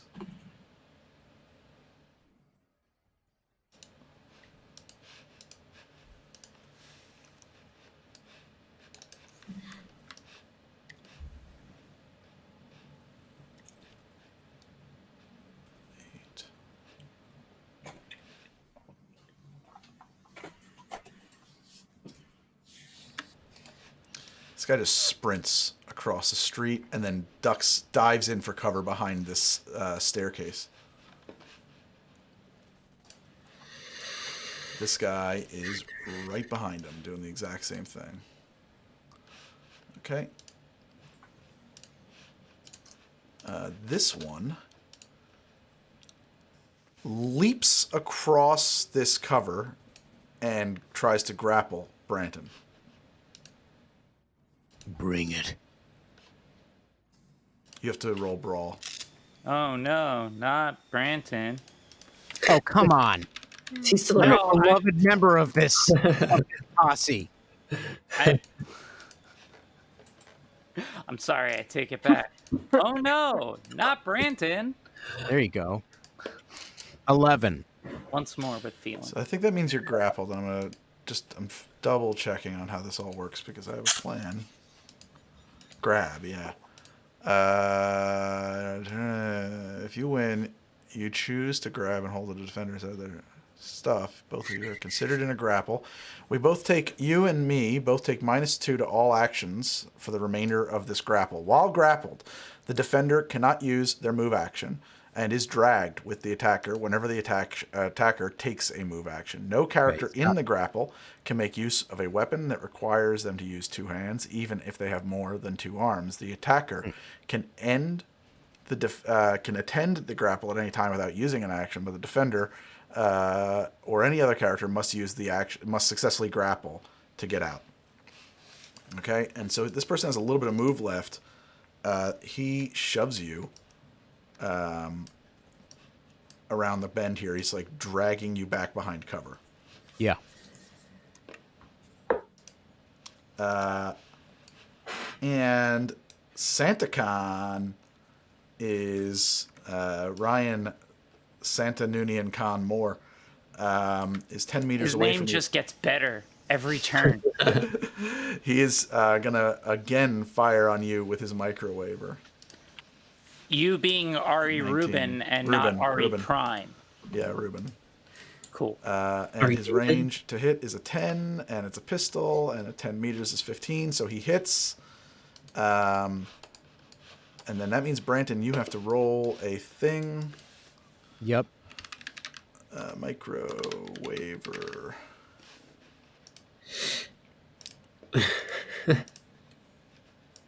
Steve. I have to roll a, sorry, I get confused on these things. When I need to, do I roll a 4d6? No, hold on. For what? Or what do I need to roll? It's coming up. I'm going to tell you what it is. I got to look it up. It takes a Evade?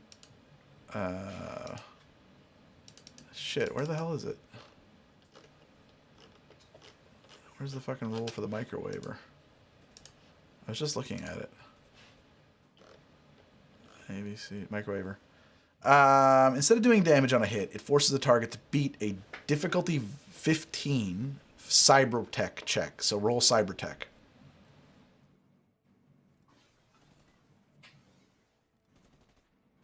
Oh dear. An 11. Okay. Oof.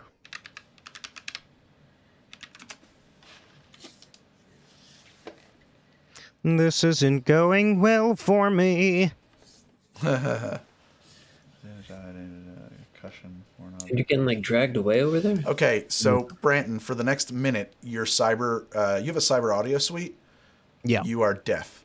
Whenever you move, and further, your hearing is fully diminished. You have the effects of the damaged ear critical injury effect for the next 20 rounds for the rest of this combat. I was going to say years. I was going to be like, what? Whenever you move further than 4 meters on foot in your turn, you cannot take a move action on your next turn. And additionally, you take a -2 to all perception checks that involve hearing and anything else that might conceivably involve your hearing. So you're off balance and deaf. Yep. You also have no access to your internal agent, which is also on the fritz. Yeah. Okay. But it doesn't affect my. It doesn't affect my armor or my health. No, you don't. Great. Nothing else. Yeah. But it does mean that like manhandling you is going to get a lot easier for these guys. It's your turn. Great. I'm going to try to shoot my attacker. Yep. So it's at -2. Okay. And I guess your cyber hearing fucked up does not affect that. Right. So that's a 12. 12 to hit, and let's check the range table. 14 Very Kristen for 12. Wiig voice. The range table. Sorry, you rolled a 12 to hit? Yeah. I subtracted 2 from 14. You needed a 13. I'm so sorry to tell you this, but you're being manhandled and you're in this thing, and you have your gun arms around their back, fires just off randomly off their back, you know. Yeah. This wire is kind of causing me some trouble here. I'm sorry. Okay. And so you miss. Alrighty. Cassandra's up. All right. So I kind of roll my shoulders to get used to this newly modified gun. I'm going to aim again. Same thing. Over the hood of the car. I'm determined this time. You got this. Yeah. Knock him out the box. Bam. 19. Well, let's talk the chart. Range a table. I think you might even get a plus for being braced like that, to be honest. I have to check. There might be like modifiers like that. I mean, it should help my aim. Yeah, should help it's you, holding yeah. holding Shotgun, it steady. I'd give you a +2 for that. Okay, You're I'll take at it. So you rolled 18, 19, 20? 19. Yep. No, you rolled an 18. Oh, or 19. yep. What'd you roll? Damn it. 19. Okay, you rolled a 19, so then actually with a +2, it's a 21. And you are at 18 meters. Your shotgun slug at 18 meters needs a 20, so you do in fact hit him. Woo! Nice. All right. That's the Cass I know. There we go. So I just, kind of nod to myself, and I believe it's 5d6 damage. What a beautiful number. That's a lot. Yeah. Yeah, let's see. Let's see if it rolled it the right way. I hope so. Yeah. You did roll 10. 5d6. 3 1s, a 3, and a 4. Those are not the numbers. Those are not the numbers. No. That's very bad. I'm so sorry. Yeah. Well, you rolled a 10. That was statistically unlikely, but That's like your crappy 10. ball. Yeah. So we'll ablate his armor. And he had a... Oh, that's weird. Why did that not ablate body?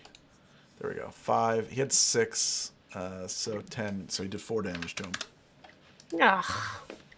It just thuds into his armored Santa suit. Is there anything else for you, Cassandra? No, I've only got one attack with the shotgun, so I'll just kind of and crouch back down for cover. He's dead. Wait, what the hell?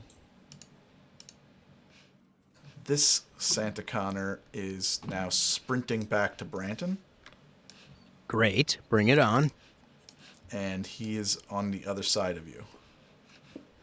That was his whole action. Medusa is still on the phone with Combat Cab. She is trying to get a better price, but they are on the way for the pickup. I mean, that's something.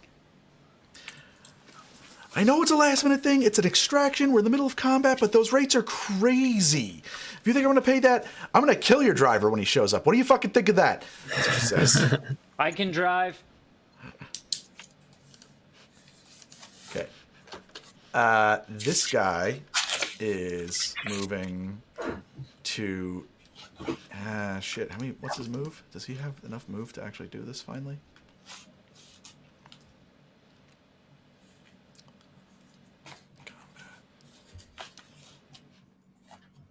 I'm sorry, stats sets. He's got move of 4, right? Yeah, that's what I thought. Okay. Oh, yeah. So this dude runs up next to you, Branton, and drops his gun at his side. You have a big mohawk, right? Or what kind of a hair situation you have? Yeah, I do have a mohawk. He reaches It's a out short mohawk. with But his... yeah. He reaches out with his left hand and grabs a handful of your hair and just snatch it, like rips it off of your head. Wait. Greg, Sorry. you made me bald? No, This is my fantasy character. Okay, I get to create him. I wanted him to have hair. I am part of the hairless community. And now you're taking that away from me? It's just Tech hair. It's just a tiny lock of your hair. He's just stealing a tiny lock of. He's just grabbing a tuft of hair and rips it out. There's Really, blood, more just like a little bit, bit of hair. and that's his action. All right. This one. Isn't your company working on a hair growing pill that's making the hair grow out of people's eyeballs right now? This guy comes running up to you, and he's got a fucking empty syringe in his hand. And he attacks you with it. He tries to jab it into you. What? So make a evade roll at -2.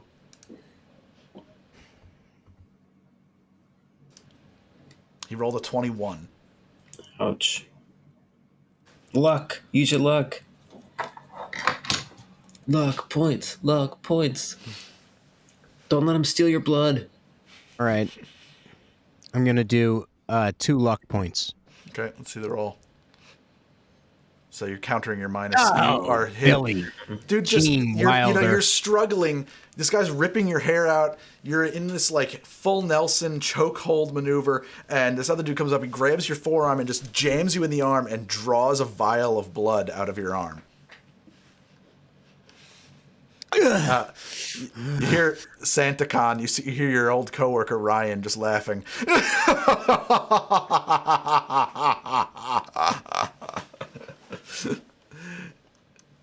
Oh man. What are you doing with my blood? What are you doing with my blood? Zero's up. Got the weird. All right. You don't need to clone him. One's enough. Please don't do it. I'm gonna come back into the fray. Where's nobody's on the same side? Where's Brandon? Brandon's all the way over there. How did that happen? It's getting like dragged away. Well, I mean, he's the one they want. All right, I'm gonna go over here. Oop. I'm gonna make a dash over, collide with a wall. All right, fine. All right, there, and I have cover back there, right? Where? Oh, I'm sorry. I can't quite tell exactly what you're looking at. You have cover if you get up behind these boxes and lay down. Like, yeah, if you get crouched behind the box. Okay, so I'm gonna. Well, do I have cover between the stairs or no? Oh yeah, between the stairs is cover. Absolutely. Yeah. All right. So I'm gonna crouch down, but be between these stairs, behind this box here, and I'm going to reload my gun. Great idea.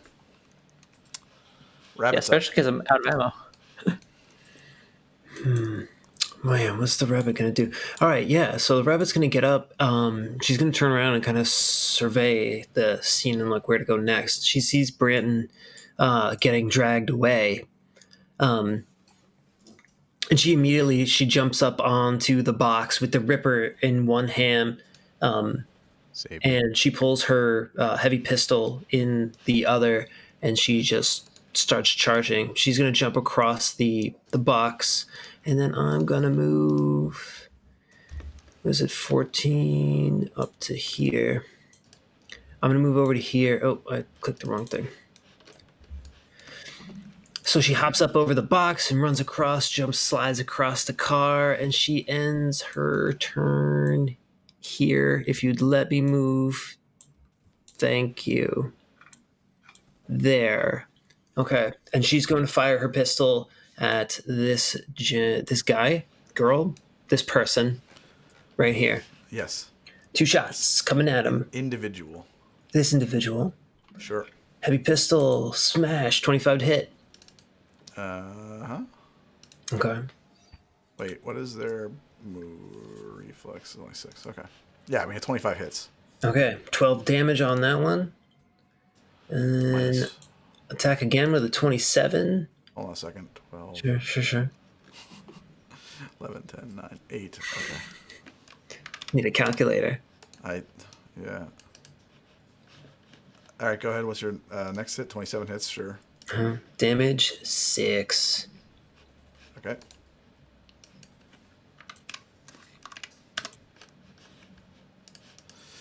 Boom, boom. Both shots bury into this person's lower back. Red fabric and little spatters of blood come flying out. They grunt. Mr. Friend is up. Mr. Friend. Okay. All right. The rabbit just starts yelling, like, get that microwaver! And she's like running towards Bram. I'm working on it. I'm going to spend 2 luck points, and I'm going to shoot again. 18 plus 2 is 20, baby. That's a hit. There you go, Grandpa. That's right. Who are you shooting at? Shaka Khan. Oh, okay. Shaka 17 Ryan, Noonien, damage. Singe Khan. Santa Khan. Ryan Moore takes 17 damage. 17 minus 5. Like RoboCop, I shoot him in the nards. Okay. Called shot. No, I mean, Greg, you described it. 17 damage. What kind of gun do you have again? You have Very like heavy pistol. Okay. You just lay the heavy pistol across the roof of the car.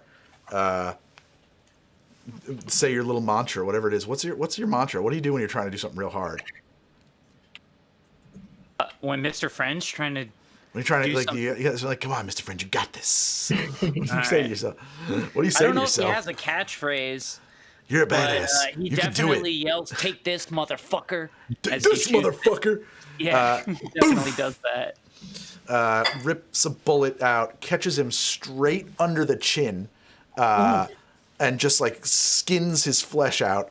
You just see like a little gout of blood. He very casually puts his hand up. You have cut me. He's so Fuck. observant.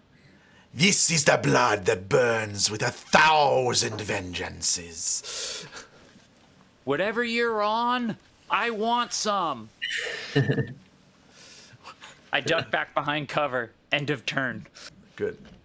However, However, what? this Santa comes poking out, and you have Oh, no. no cover against them. That is true. Yeah, and they are equipped with a submachine gun that they are auto-firing upon you. That is bad. 10 meters. 10-meter shot. Range table. 10-meter submachine gun. 10 meters is a 13 to hit, so he's really in the sweet spot there. That's awful. Well, it's been fun. Oh, 11. 11 just misses. Boom! All these shots fucking miss. Again, They pop back into cover. And then I think it's the other one's turn. It's going to do the nice same try, exact thing. asshole. Same I'm like thing. turning into Bruce Willis in Die Hard. A Yippee-ki-yay. 10 also misses. Bops back into cover. These guys are terrible. Having a bad day. I'm having a great day. I know. Yep, knock on. Oh, this is particle board. Okay. So there you this go, knock on guy, wood. Branton, is choking you. The one who's got you grappled. Yeah. And so the way that works, if you are currently the attacker in a grapple, blah, blah, blah, blah, blah, I just keep grappling you and I deal my body stat directly to your hit points. It bypasses your armor. So stat set up, my body is 4, you take 4 damage. Got it. And if I choke you for 3 rounds, you immediately drop to unconsciousness. Okay. That's their attack, but they still have 4 movement. 1, 2, 3. And sorry, that's in health. That is not. Yeah, you My just move armor. 4 hit points. No, you ignore he ignores armor. And he moves you over there as he's doing that.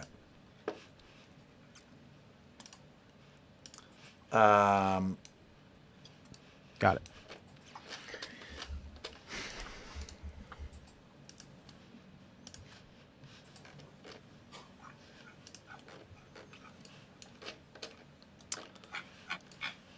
Santa Can is I don't like that slow pause. Oh no! leveling his microwaver at the rabbit. How dare I you, sir? really don't like that. How dare you, sir? That's terrible. 14. That 17-year-old girl's my meat shield. 20. My meat shield. All your cyberware goes down? I think he rolls to hits- see what cyberware goes Hits, down. roll a cybertech check against 15. Cybertech. Are you trained in that? No. Where is Oh, that? boy. Do we know? It's a Technical? skill. I mean, I have a macro for it because I do not. Katz and I are trained in cybertech. You ready for this? Yeah. Yeah. I'm gonna spend 5 luck. 2, 5. Wow. Yeah. 13. I missed. You missed. Shit. Your cyber eyes go out. Fuck. I am rolling for this, by the way. Yeah, Okay. yeah. I figured it was a chart. And your bio monitor. No, it's not a chart. It literally just says the DM picks, but I'm rolling because that seems unfair. Yeah, that does seem a little unfair. So you are blind. You can look up the effects of the eye injury on the critical injury table because you can't see. Branton, Shit. you are Yes, sir. grappled. You can continue to be grappled. You can attempt to ungrapple yourself. You have options. They occur at a -2. Yeah, I'm just going to try and shoot him again. Fair enough. Just like firing over your back, basically. Yeah. Like, one of those. Yeah. It's an 18 minus 2, 17, 16. Does that hit? Actually, a 16 might hit. Yes. Yes. Yeah, 16 hits. Roll damage. Okay. 19. Holy shit, dude. Holy shit, dude, indeed, dude. 19, 17, 19, 18, 17, 16, 15. On the phone. Dude. With an amazing lucky hit, Branton pops his assailant straight in the forehead, blasting his brain out back over his compatriots. Dude drops like a stone. Amazing. And he is broke free of the grapple, obviously. It'd be pretty funny if I didn't. You just fall with the corpse. I mean, in real life, you probably would, but we'll have you break free. Cassandra, you're up. All right. So I'm definitely shooting at the guy with the microwaver because he's still our biggest threat. And Yes, so I'll please do and that thank you. first. Love you. Hey, Bangarang, we got a raid. What? Bangarang. Bangarang. Thank you for raiding, Bangarang, Bangarang. Bobby. Welcome to the show. All right. Let's All right, Raiders. Cassandra missed, but I'm going to, I guess, We use some help. through my agent, I'm gonna I think you need shout a dog. to Rabbit. Yeah, a dog would be nice. Rabbit, I saw you get hit. What's broken? Hold on. Are you texting me this right now? I mean, I'm close enough to shout. I'll try the agent. Does your agent work or not? It's No, just my agent your works. eyes. I just can't. Okay, see yeah. it. So if I feel it buzz, like, yo, you got a text message, it'd be like, fuck you, man. Fuck you. Yeah, the rabbit does not have an internal agent, so it is Oh. it's a Yeah. physical PDA. Okay, it's a physical that thing. Yeah, that she would have not to look work. at. should All right. probably shout. Yeah, I'll just shout, Rabbit, what's broken? I can't see. I can't see anything. Fuck. All right, This sucks.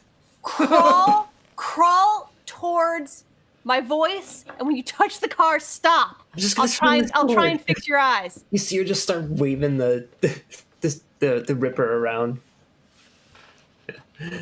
Be careful with that. Okay, Yeah, Fucking hell. once if you hit a car with it, stop.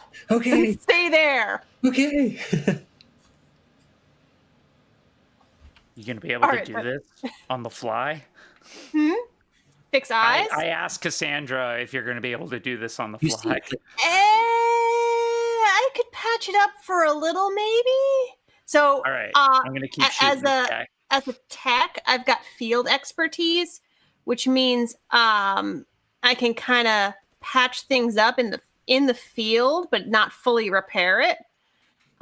It'll hold for like 10 minutes if I'm able to do it. I That's assume, all we need. yeah, and being eyeballs, it's not like fully internal, so I should be able to. I hope, depending on how I roll, at least let them see. Blurry, maybe, I don't know. and you can, you can totally tell like the rabbit is scared out of her mind right now. So Legit. this Santa is picking up the corpse of the Santa whose brains you just exploded all over the street, and slinging it over his shoulder, and backing away up the street. That far. Okay. Next round. And at that moment, this very large SUV comes driving in to the scene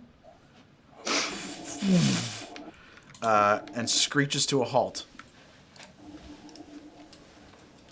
The doors open, and there's no way to explain this. Is it the same guy? No, a body. They open the doors, and the body of what is clearly a joy girl, a prostitute, is thrown out onto the street and is now laying not more than a couple of feet from Branton. What? And at that moment, Ryan Moore, SantaCon, well, it's not his turn. Oh my God, my blood on the dead prostitute. He's getting me back. He's getting me back for what I did to him. Oh man, That's that's some petty elaborate. shit, man. Some That elaborate is shit some right here. petty shit. I have hurt you, Branton. I wish to go on hurting you. Oh my god. Medusa says, yes, we're right at the fucking top of the block. Get up here. This shit is hot. Goddamn combat cab. Just fucking pay them, Medusa. This guy is backing away. He's got his submachine gun lowered at Branton, and he moves 8 meters towards the vehicle, towards the truck.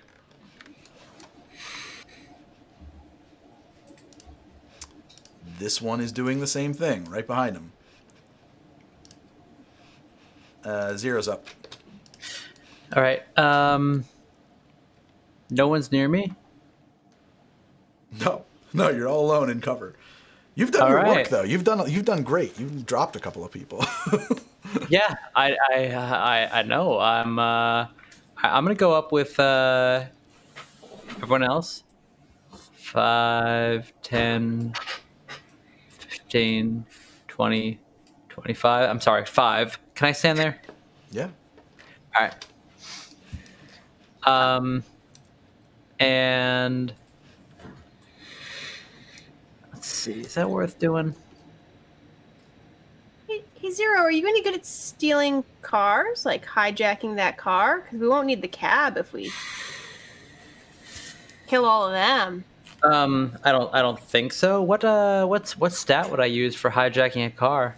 Security, electronics and security tech. No, I'm abysmal at that. It's not my jam. Yeah. Yeah. I may unhijack a car if I tried. You would low jack it. Low jacket. It gets returned to its original owner. What's the distance adjusting for height to try to take a shot at Ryan? Sorry. At your angle, no, it's just a straight shot. It's only when you're really at the foot of the Okay. wall that I start getting into that. So that's a 20-meter shot. Is that a 15 or is that higher? I don't know. Oh, I'm sorry. You want me to look at the chart for you? Sure. What kind of Yeah, gun is it? It's a I pistol? lost it. It's a pistol. It's 20 to hit. 20 to hit. Yeah, I don't think I could pull that off.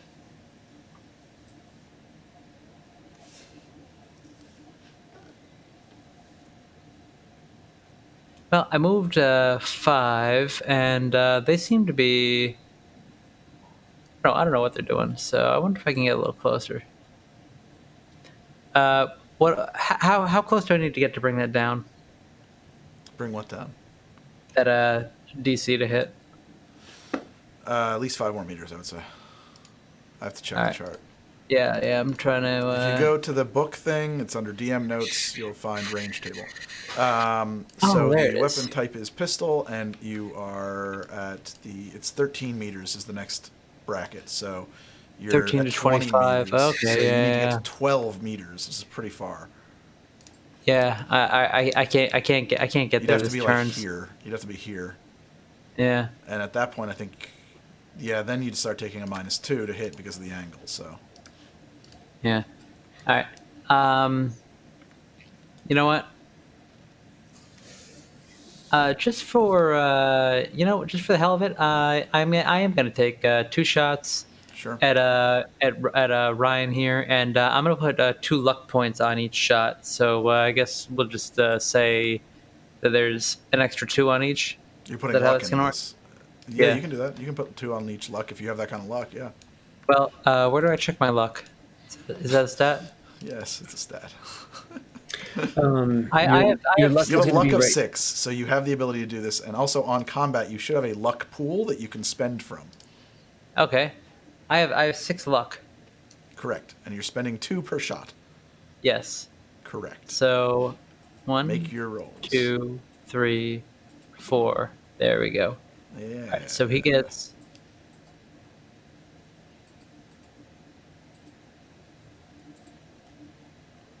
Oh, so close. So that's a 14 and a 19. Wow. He missed. Boom, boom. The bullets ricochet off the side of the building. Maybe he like ducks a little. He does. He ducks a little. All right. Rabbit, you're up. I'm up. I'm actually gonna crawl my way back to the cab or the car. Sure. And yeah, I mean, like the rabbit's like breathing heavy. You can tell like she's totally scared out of her wits. And I'm gonna move back towards here. Dangers of cyberware, my friends. Yeah, for reals. Wait, is this an enemy right here?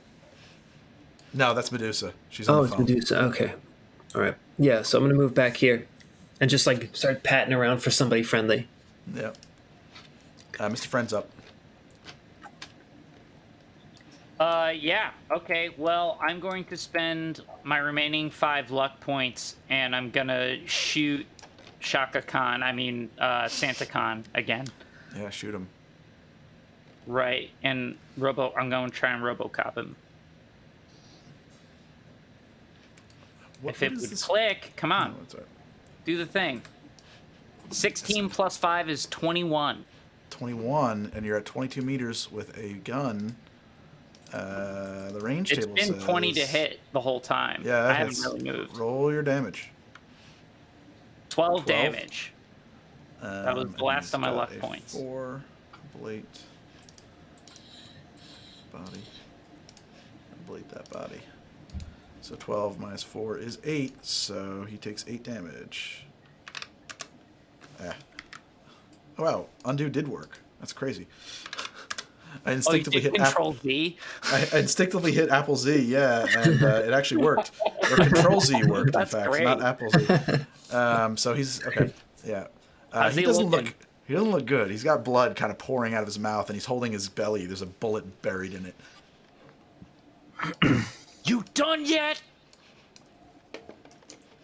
This dude comes out and Pump your guts full of lead. fires 2 shots right at your back there, Mr. Friend. He's done with the auto fire. It's not working out for him.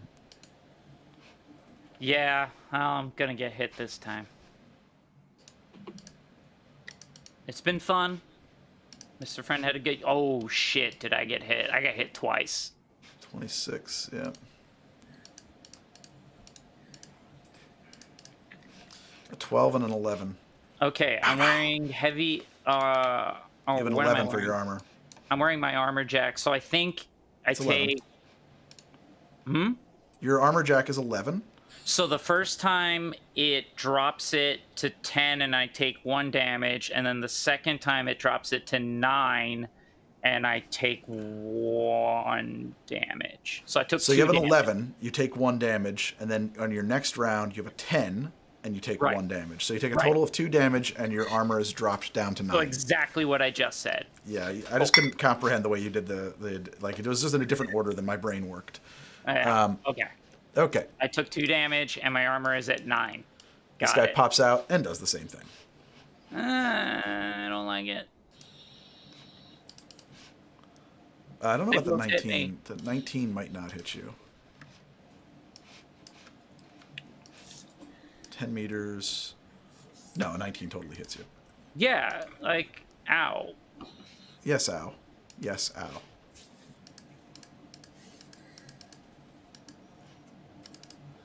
The first one's only a first 6. one doesn't do shit. No. But it does. Yeah, actually, it doesn't even ablate your armor because we've been doing No. that roll wrong. But The second I one take does, 4 damage on the and, next one. and you drop ablate it your to armor 8. again. Yeah. Okay. Okay. And then he pops back behind that wall. Boom. And let me properly ablate my armor for you.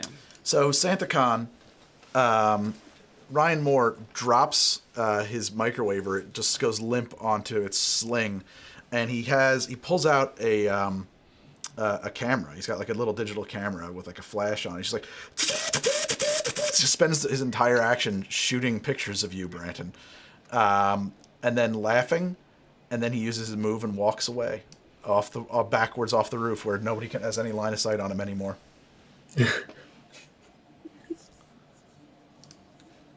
Branton's up. Yeah. And she's definitely dead? Yeah, there's a cold, bloodied body on the ground. Damn, man. Was anybody's agent recording that? I have a cyber audio suite that I leave running all the time. Good. File that. I mean, that's only the sound. Man, never thought of any of that. What's your move here, Branton? All right. Fuck. There goes my job. Okay. I'm going to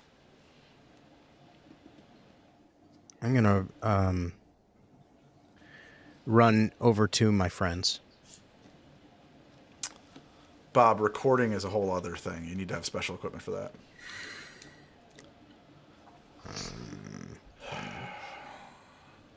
Okay, so it's your turn. Cassandra's up. All right. I am. Let's see. Where's Rabbit?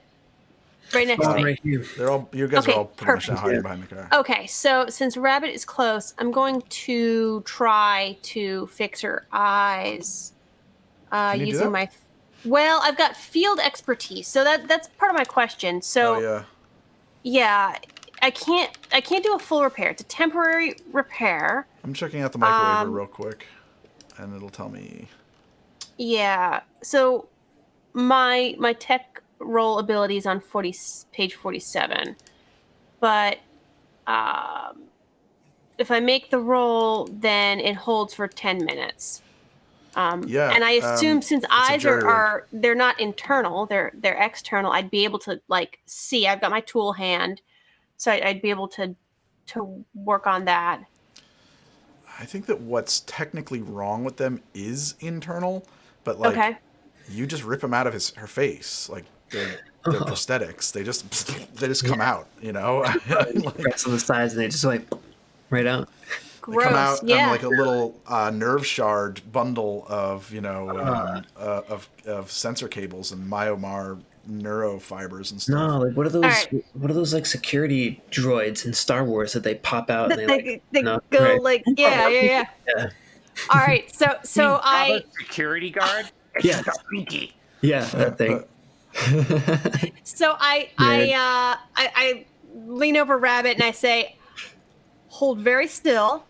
She's freaking out. She's like I'm- literally reaching and grabbing on any sort of flesh she can find because she's hoping it's friends. And she's like breathing heavy, and Yeah. like you can see like tears running down her face. She's like, I don't know what to do. This is Bring when him. we realize we really have taken a child into combat. Exactly.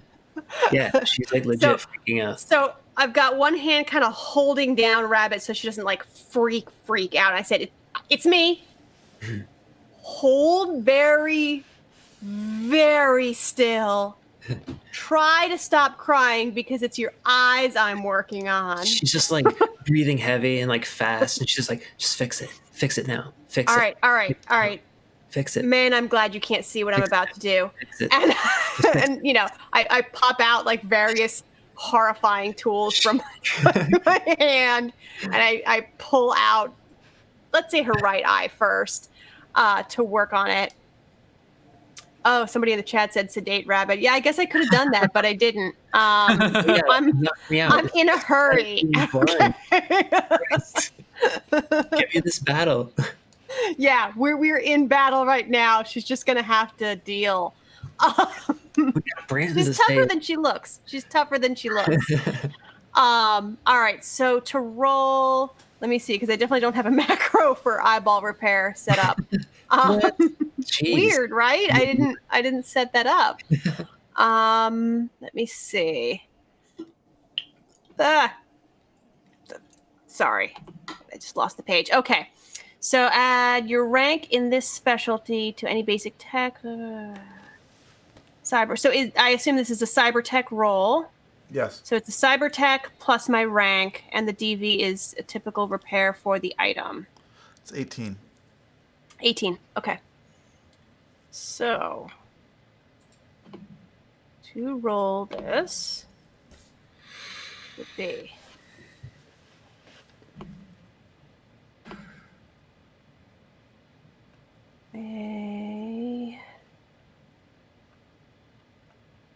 so cyber tech is a +6.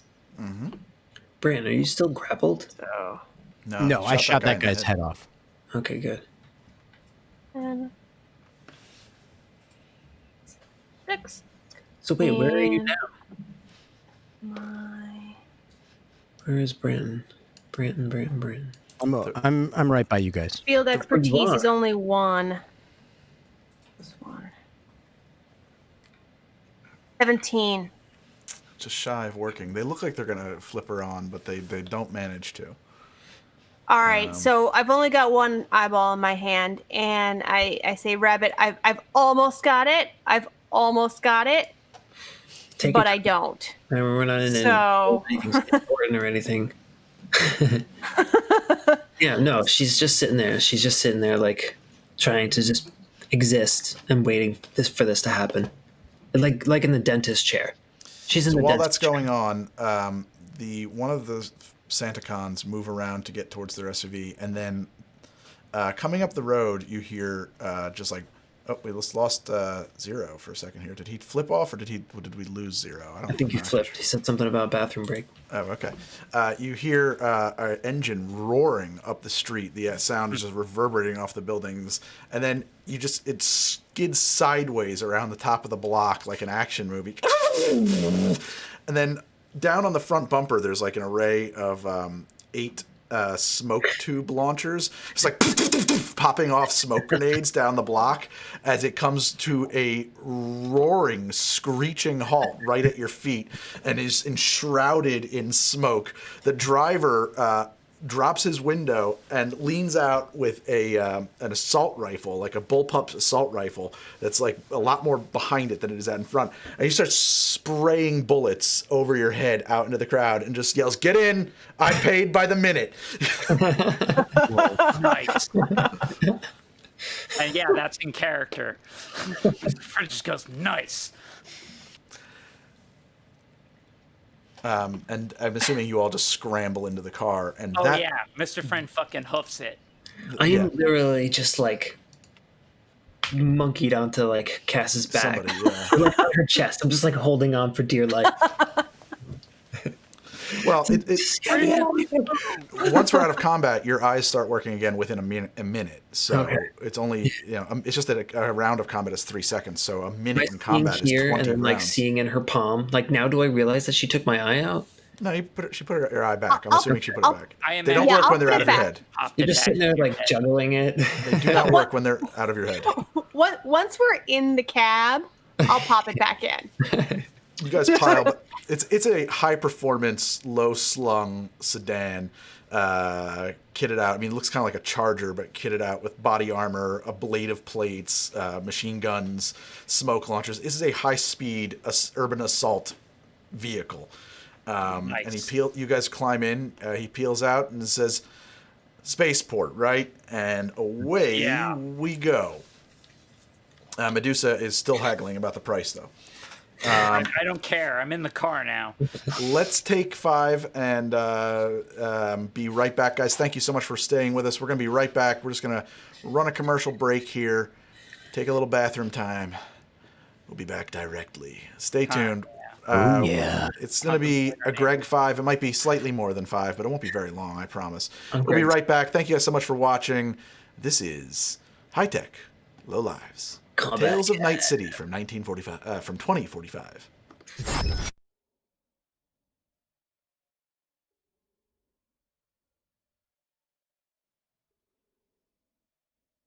We are back, and I went to the wrong scene. We are back with more Cyberpunk RED, high-tech, low lives. Thank you guys so much for staying tuned. Sorry for the extended break. You know what it was? I was looking for a power adapter for a piece of equipment that suddenly ran out of batteries, and it needed negative pole, positive shield, And every power adapter I have is positive pole, negative shield. Go figure. Found out that it has an auxiliary power adapter built into it that is USB based, doesn't care. So now it's hooked up and running. This is Ironbound Hard Seltzer, and I bought it accidentally because when I ordered it with some takeout, and I thought it was cider, and I don't like it. Well, it's a lemon ginger White Claw. It's a lemon ginger White Claw. It's kind of nice, but it's still just a vodka seltzer and lemon and ginger. It's not bad. It's also at garage temperature because it wasn't in the fridge. I don't know why I'm drinking this. I saw Ironbound makes pretty good cider. It's a shame that you got the wrong thing. I did. I thought it was cider, and that's what they put in my car. I think that Ironbound does make good cider, and that's why I bought it, and it's not. It's a seltzer. It says Ironbound. I'm really sorry that you're drinking carbonated water. And vodka. I'm more in your hydration. Well, it's not hydrating. It's got vodka in it. So. Oh, well, I mean, have fun then. I had a very good experiment with the carbonating orange juice the other day. All right. Actually, earlier today. Greg, that was amazing. What? The carbonating. Greg sent me this just from the innards of YouTube. Just a deep, deep dive into orange juice YouTube. That video, I love that video. It was so bad. Strange. It was so bad and so wonderful. All right. So, Greg, does this mean you avoided the warranty on your Soda Stream? I don't have a Soda Stream. I have a, we'll talk about it off stream, but it's actually built for carbonating anything. So the combat cab speeds through the combat zone. Things quiet down. You guys are able to patch yourselves up and collect yourselves. You're not looking great. You look like some of you are covered in blood. Brant in particular is just drenched in blood. Clarify, we're going straight to the spaceport from here? You are headed to the airport, yeah. Where were our belongings that we were taking with us? Oh, fair point. Yeah, so the trunk... I definitely wouldn't have left the sarcophagus behind. No, I would have run to the trunk and grabbed it. That's exactly what happens. I mean, and in fairness, the Santa guys are leaving anyway, so under cover of smoke and machine gun fire, you carefully and easily transfer your luggage. I forgot about that. Okay. Yeah, I'm basically like... You Paying know extra how for that. rabbits hugging cats? I'm hugging my AI. I think we'll also say that you had time. You guys, you planned for this. I mean, so you have it in luggage. It's in like a kind of hard-sided rolling case. Yeah. I'm hugging it. Yeah, but it's bigger. I don't know if you could hug it. It would probably have to go in the trunk. I mean, it'd be tough to hug it in the whatever. I'm splitting hairs. The cab speeds through the combat zone, merges onto the freeway, and then on elegant and arcing elevated highways, you cruise out through the city to the outskirts where there is a old airport built. And you guys bypass security directly and head straight to the tarmac, that little gate on the side of the tarmac where the chartered flights, where the people who, it's my plane, I don't need to go through security, show up. And that's exactly what happens. The car comes to a stop.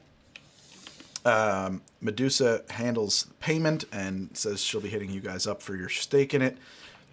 Fine. And a pair of heavily armed security guards employed by Orbital Air stand at a large, there's a double, it's an 18-foot high, 2 rows of chain link fence with razor wire at the top of it to protect the tarmac. There's multiple cameras and the gate is electronic, and there's a 2 heavily armed and armored Orbital Air flight attendants, actually, but they're, ground security, standing there, and they ask for your ID, and they buzz you in. And on the other side of the gate, already waiting for you there, is Dr. Alvin Dross, the guy computer. who built the sim, right? Exactly. Yeah. He's waiting for you, and he's got a briefcase, a pretty large, hard-sided briefcase with him. And he says, "Yes, I have their IDs here. Nothing to worry about. They are all with me. Come along, Mustaf." And he just starts naming names that you've never heard before, and you nod. I respond to one of them, and I go, I'm like, yeah. So you're buzzed in, and then you walk across the tarmac. They grab your luggage for you. The plane is sitting on its wheels just ahead. It is the plane that you should picture is essentially a smaller version of a It's extremely swept back wings, very long, slender body. Is it like delta a Concorde? shape. Like a It looks like a smaller Concorde? version of the Concorde, exactly. With a very large set of rectangular engines that run underneath the wing structure. Dope. The passenger boarding door is down, which, it's that small style plane one where, it folds down and it's the back of the door becomes the steps, and you guys are led onto the plane. This is a private plane. This is a very luxurious setup. You have it's first class all the way. You have individual plush seats, little windows. There's a bar. There's a pair of flight attendants, a male and a female. There is the seats will swivel so that you can sit. There's like a little couch. It's like a flying lounge, although cramped. It's small. The sides are arced and curved. The ceiling is you can feel the tubular nature of the fuselage. It's not gigantic or anything like that. As you board, you're each handed a small flight packet, which includes like these Velcro pads that you strap around your shoes, and you realize that the floor is Velcro. Yes, of course. 0G and shit. Yeah, exactly. And you guys take your seats, and then you hear the whine of the engines as it's winding up. So you'll be on the you'll be on the ground here for a few minutes. I don't know if you have anything to discuss at this point while you are throttling up. I just take a look at Rabbit and Branton, who I think got the most fucked up. I'm a little scratched, but I'm actually fairly okay.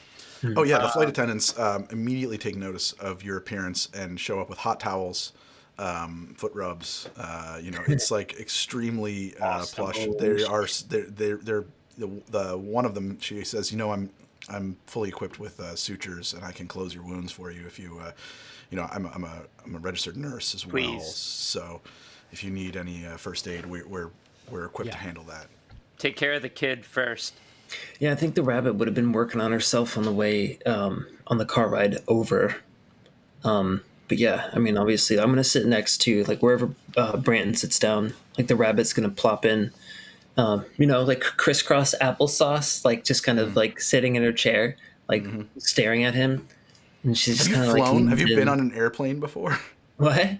Have you been in an airplane before? I would assume she's been on an airplane, but not one to space. I mean, especially in something like this, No, man, it's been a war and the society has collapsed. You may not have been around. Because I'm from the Philippines. So most people get around by boat, actually, to be honest. Like, there is air travel, but it's not supremely common at this point. Well, allow me to say Mr. Friend at least acts like he's been on an airplane before. I mean, he's acting like this is nothing to him. He's cool.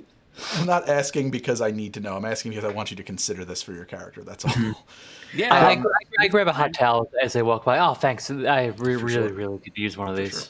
Sure. Yeah, I think the Rabbit is more or less just. I think we'll get there. I think that'll settle in on her when she feels calm after she has some stuff to unpack about what just happened.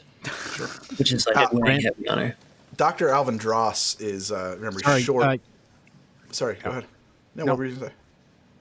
I was going to say, Brandon is, the kid came up to him.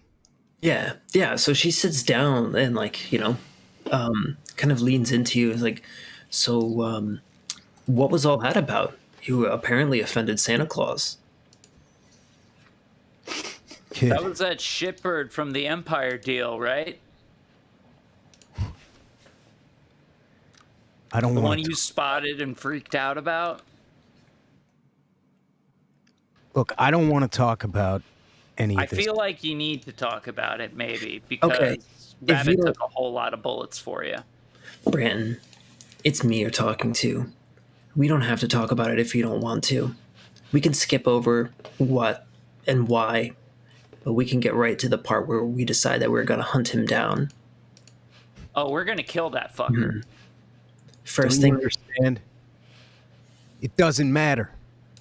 It doesn't matter anymore. Maybe not to you, but it definitely matters to me. I now have a score to settle with that shabby Santa-looking motherfucker. You don't get it. I kind of do. I ruined his career. Uh-huh. He came back at me. Uh-huh. In turn. My boss, Yeah. Mr. Scrine, he doesn't put up with infidelities or prostitutes. He's pretty straight-laced. Sure, he's pretty out there when it comes to taking care of his employees, but he doesn't put up with stuff like that. When he finds out that his junior executive head of R&D was caught with a prostitute who is dead with his blood on her, it's gonna... My life means nothing now. I either go back to work and I'm fired, or I get... What That's if you it. had video That's it. proof?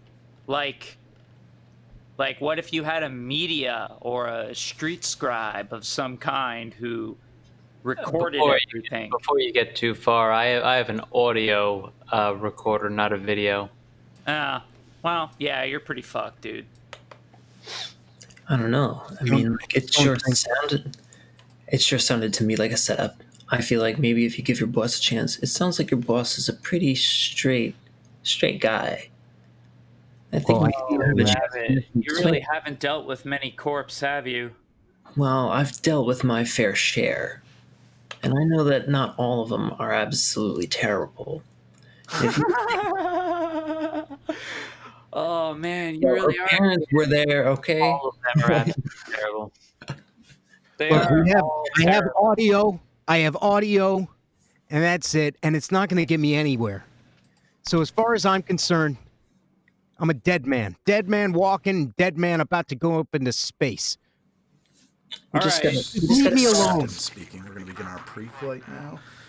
Please move your seats to their upright positions and fasten your safety belts. So right before we do that, ignoring Branton, I address the rest of the group. So after Branton's dead, we're still gonna fuck up Santa, right? Don't talk like that. Branton's gonna be fine, right, Branton? And like the rabbit just puts her hand like on your leg and just starts patting you. Like everything is gonna be fine.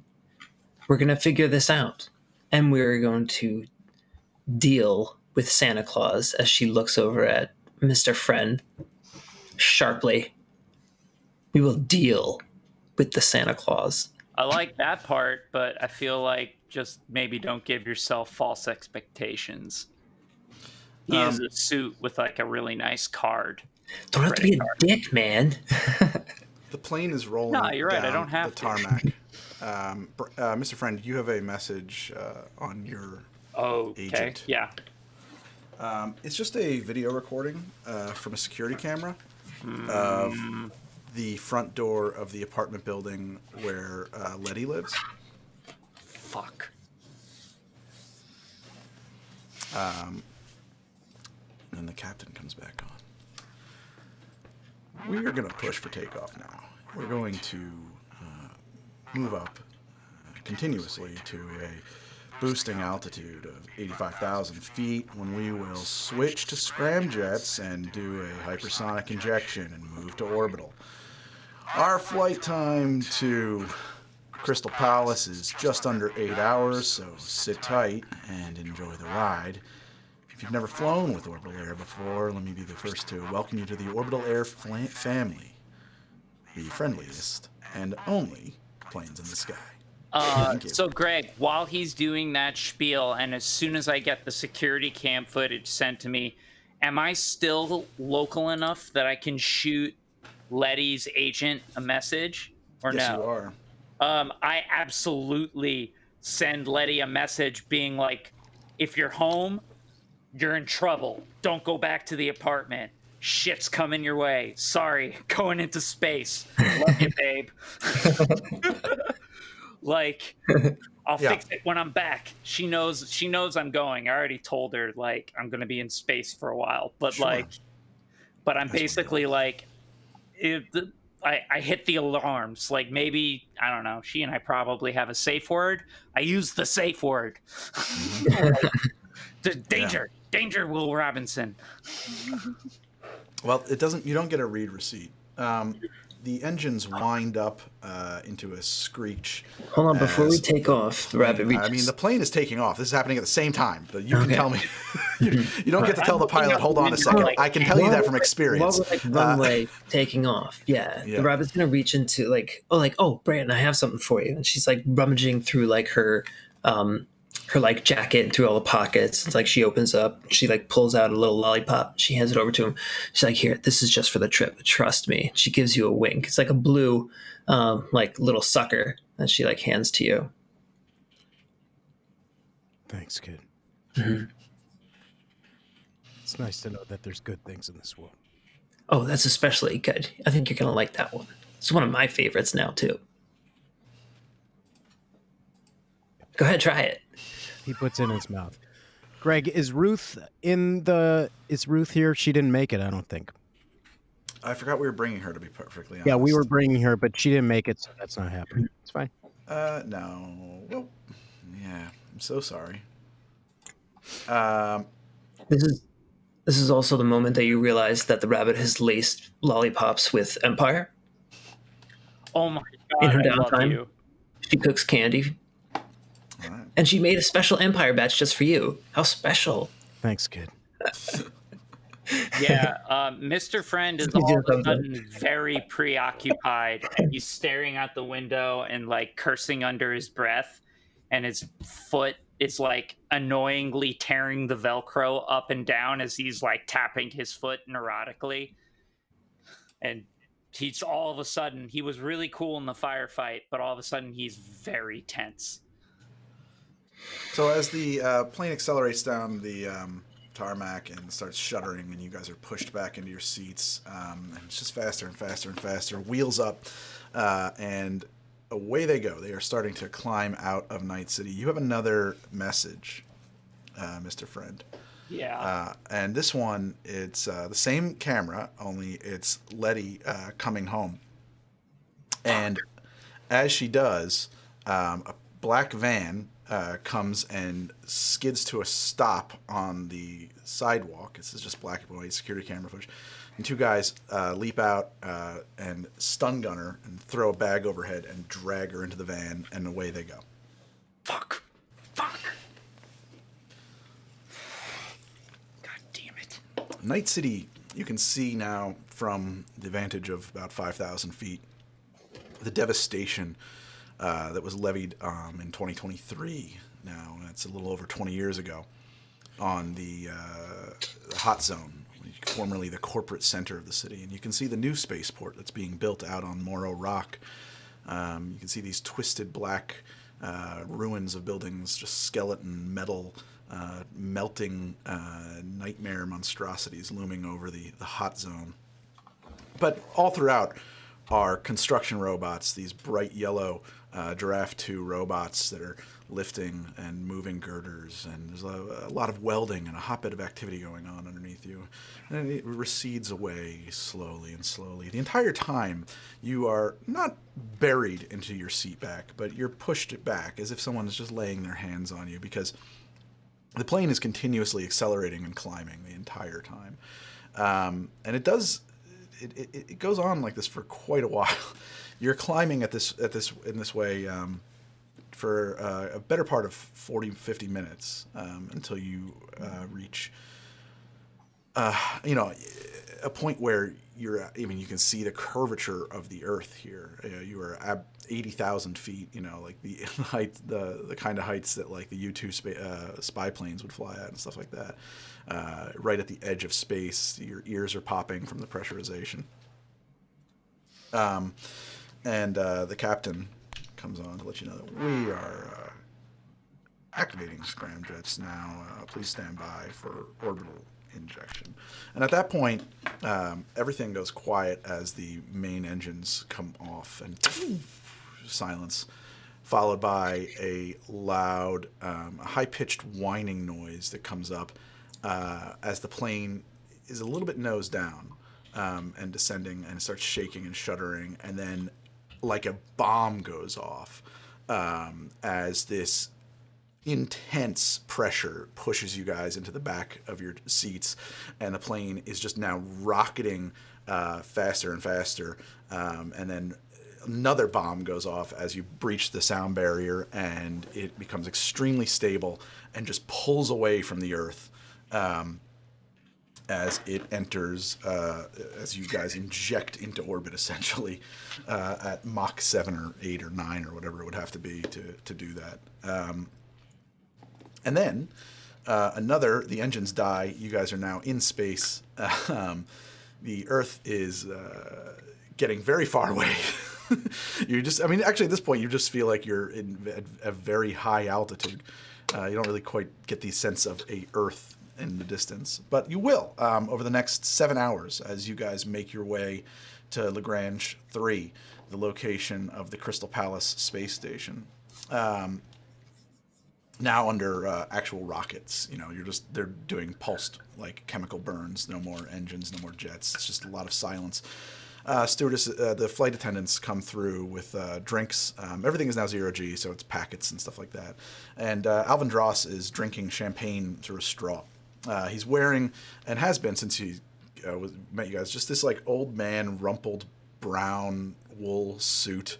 It's a little bit too big for him. There's some like stains around the cuffs of his shoes. He's wearing kind of like orthopedic shoes. He's very, kind of jowly kind of older man with heavy glasses and smooth, a smooth head except for a little white tuft around the rim there.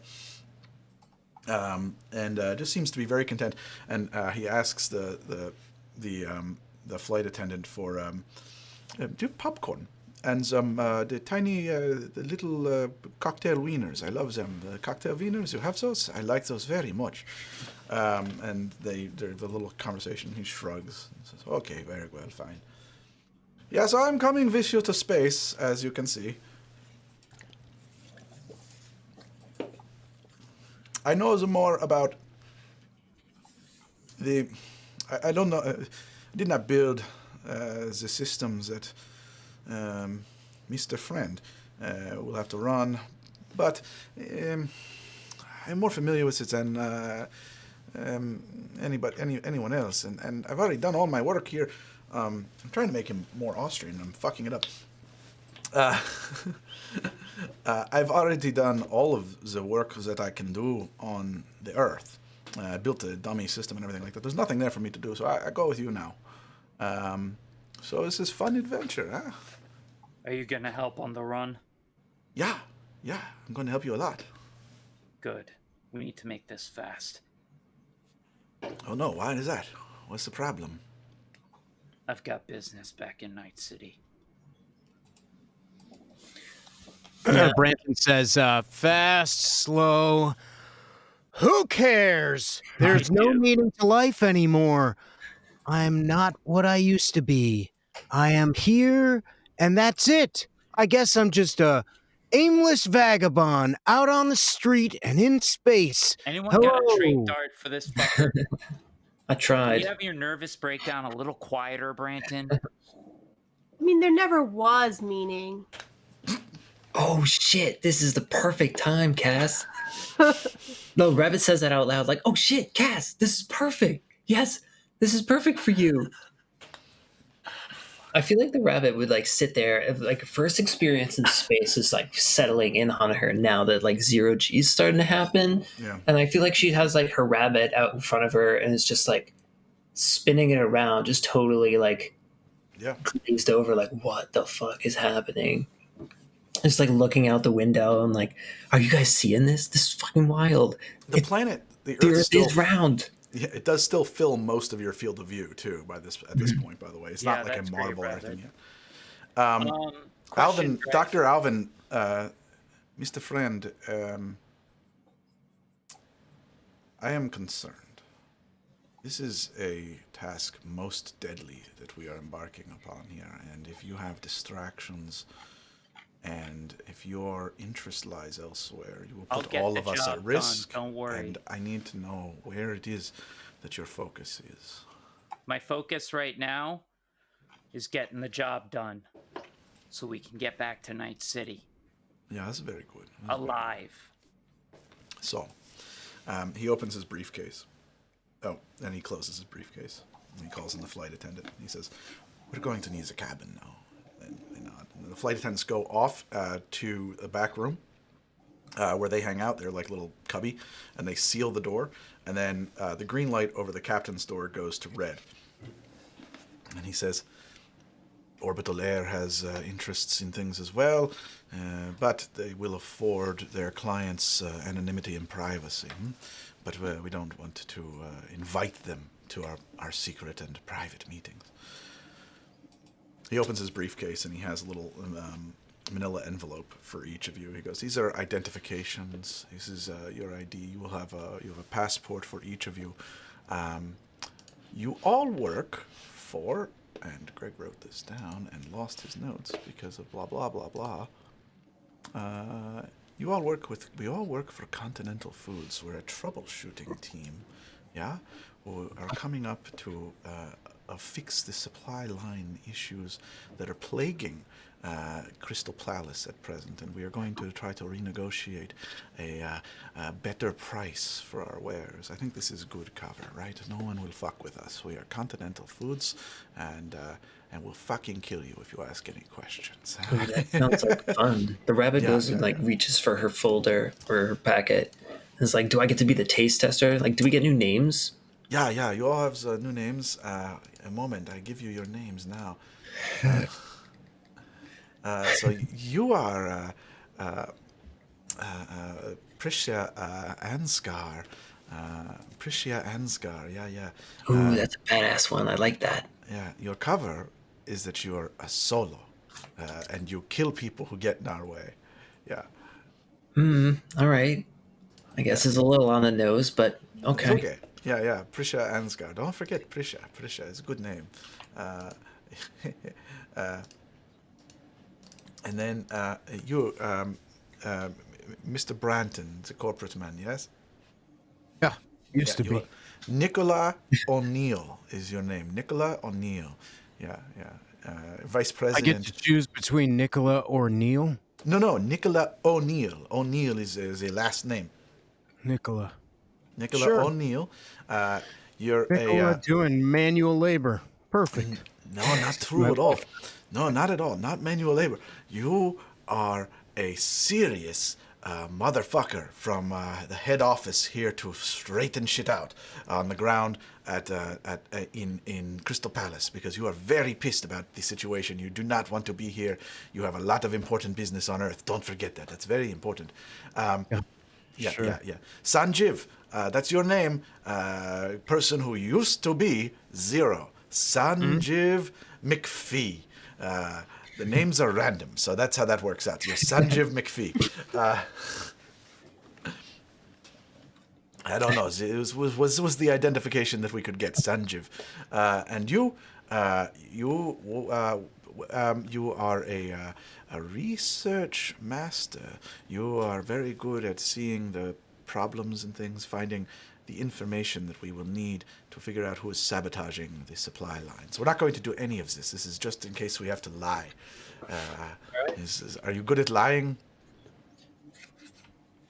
I could make do. Okie dokie.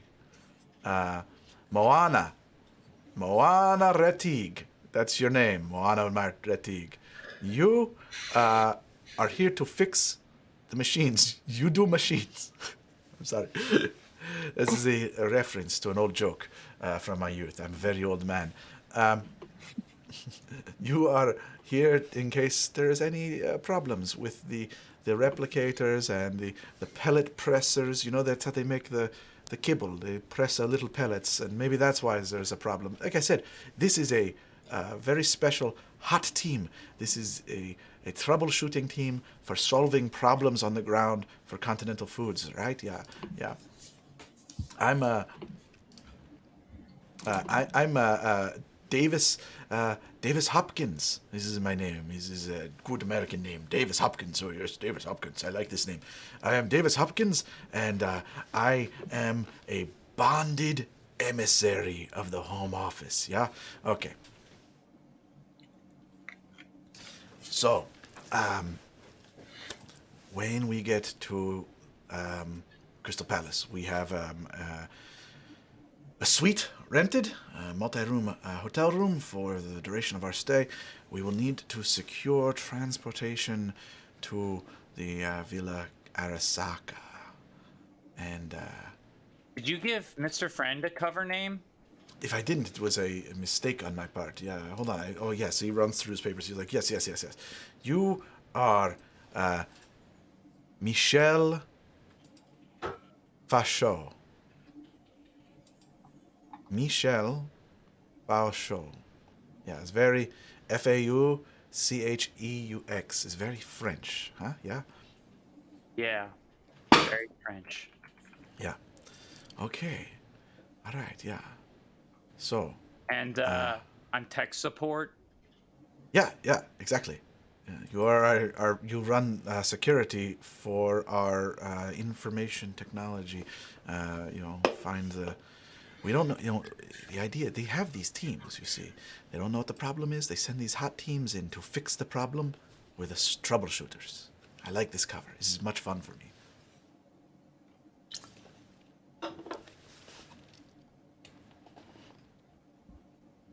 Now, does anybody have any questions? He's like slurping champagne through a straw. Yes. Eating little hot dog wieners. Where's the bathroom? I think I'm done with this conversation. It's really boring. Yes, the bathroom is the facilities are at the back of the plane. I think that did you miss that during the pre-flight? They I was distracted, I guess. Yeah. Sorry, sir. Did you have trouble on the way to the flight? You look like you were we're a little being tired. Shot. That's all. We had a rough night. Yeah. Brandon had a business deal go south, and we just happened to be present for it. And I forgot to mention before, by the way, that Medusa stays ground side. She doesn't fly. So yeah, no, she's our fixer. I didn't think she was coming with us. Yeah, she will definitely be remaining on the ground for you. She's on the ground. She's on the ground in case you have things you need to be having done on Earth. Oh, well, when I am able to send a message to her, I will. Yeah. Well, he's very cozy, huh? I don't like flying commercial. This is lovely. Yeah. Branton goes over to Cassandra. You know, when I said that there was no meaning to life, I meant it. So did I. Yes. I feel like if I'm not an executive, I don't even think there's a point to life. I don't even know who I am without that role. You know what I mean? I spent a long time looking for my role. I don't know if you remember this, but we grew up in the same circles. I know you didn't grow up a corp. Yeah. We were nomads. You look familiar, but, you know, when you're a corp, anybody who's not helpful to your career, you kind of brush off, and I'm sorry if I did that to you. I don't take it personally. But maybe there's a reason we both ended up here. Maybe there's another purpose. I found myself in this position through, let's just say, circuitous routes. Maybe you've got another step on your path. We should talk more, but let me share with you something that I found helpful. And I sent him through my agent. some material on embracing oblivion. Um, Yeah, I received it. and also just I don't want to get too deep into the apocalyptic stuff immediately because that tends to freak people out. So I'll focus on with Lord Xenu. Yeah, no. So I focus on the personal, the embracing oblivion, the purpose of meaninglessness.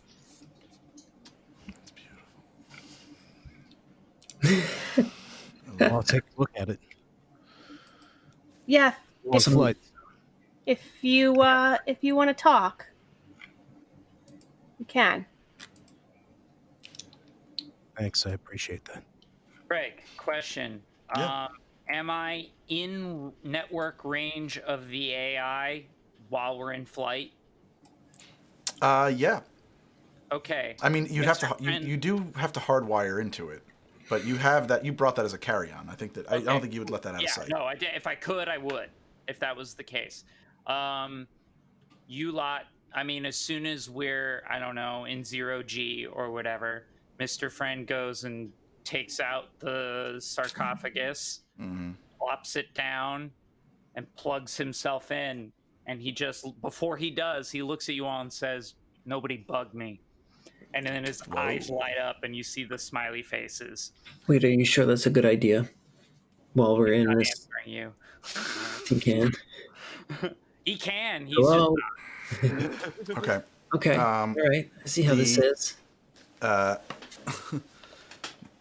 Yeah. So the plane vanishes from view, and you find yourself standing in that white ceramic, I think it's more polished concrete slab lobby with that steel desk, that console, and the elevator doors beyond, and the backlit walls, and the Cardinal is sitting there on your shoulder again.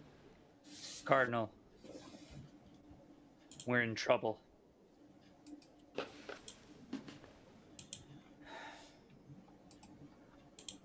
If I take you to an Arasaka mainframe, will you get what you need?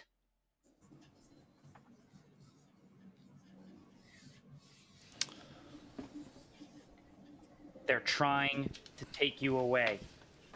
I'm trying to set you free.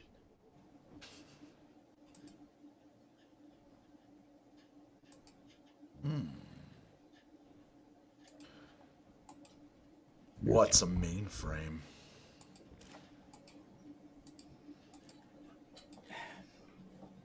It's like this place, but bigger, more information. It might have what you are. We're going to an Arasaka base there who made you.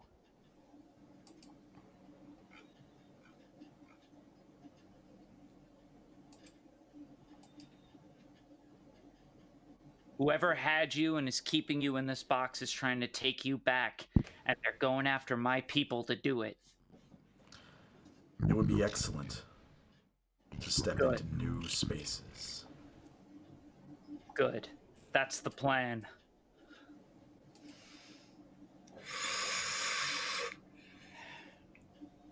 No, man. Yeah, so he spends the rest of the time. I mean, I don't. Dangerous.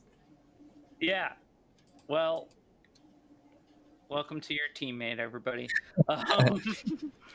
Mr. Friend spends the rest of the time, I mean, trying to understand Cardinal and try to find common ground. And Sure. again, if more of that weird consciousness bleeding stuff happens where I feel overwhelmed, I'm riding it like a drug. Mr. Friend is super into feeling his self of identity like bleed out into the AI as you described it before.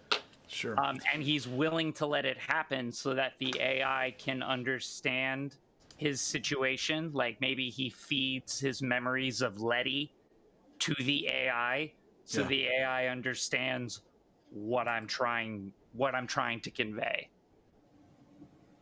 What do you feed to it? My feelings. Oh, you're trying to feed it your sensations, your feelings. Yes, and my memories of Letty and the video footage I received. You before said like the line between myself and the AI was blurring. Yes. The first time we communicated. Yeah, but it's more comfortable now. What? It's become more comfortable because you've been doing this for a while. Right, and I'm continuing to facilitate that. Okay. And I want, like, basically, I'm trying to bond with this AI as much as I can. And so that it gives a shit about my goals and I give a shit about its goals. Okay. And I am legitimately trying to get it to the Arasaka mainframe to at least, if not release it, give it a new level of awareness and purpose. Sure. So that I'm trying to like, that's what I'm trying to do. And then, so.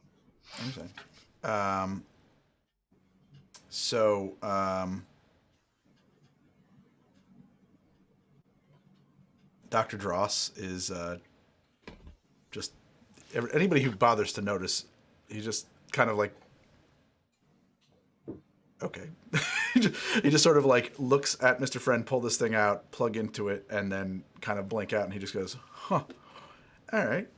And then goes back to his popcorn and his champagne and popcorn. And he says, they have imitation truffle oil on the popcorn. It's air orbital signature. You really should have. It's amazing. It's amazing. And he's sipping his champagne through the glass. I always take advantage when I have the opportunity. I think at this point the rabbit is up at the snack bar, like talking and laughing with like the flight attendants while she's just like, she's got like 4 or 5 different snacks like in her lap, and she's just like mixing and matching. Sure. Okay. Well, at this point we are quite. Can we? Or is Dr. Bross available for a short convo? Oh yeah, he's here. You talk to him. Yeah, he's just enjoying popcorn and champagne. He loves that stuff.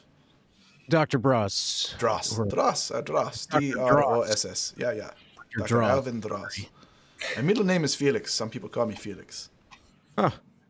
That's great. Dr. Dross, or shall I say Davis? That's right. Davis. Haha. Thank you. Working for the Arasakas. How's that been for you? It has been very interesting. It's a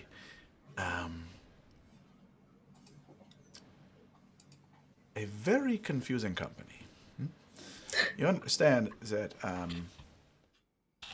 Arasaka is not Arasaka. It is not a single Arasaka entity anymore. It's since the conclusion of the war, it has kind of fallen into factions, if I'm perfectly honest.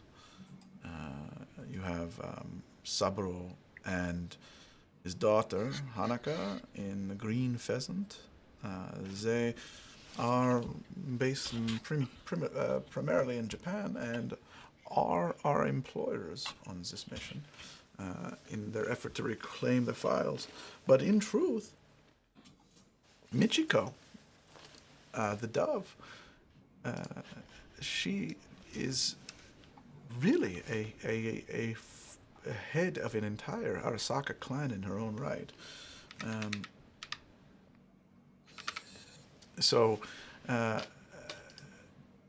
there is much confusion in the Arasaka, yeah? But I've spent most of my life working with Arasaka. Before that, I was with, this was a long time ago. This is in the 20th century now. I worked with, oh God, where was I? It was at UC Berkeley as a professor there for a time, but mostly at Stanford. I was at Stanford. I taught cybernetics at Stanford University. Okay. Well, thanks for that. Good to know. What else would you like to know about Arasaka? Other than how is it working for them? They are their reputation is well earned. Yeah. And do they ever go back? Are they known to go back on their word? Ever?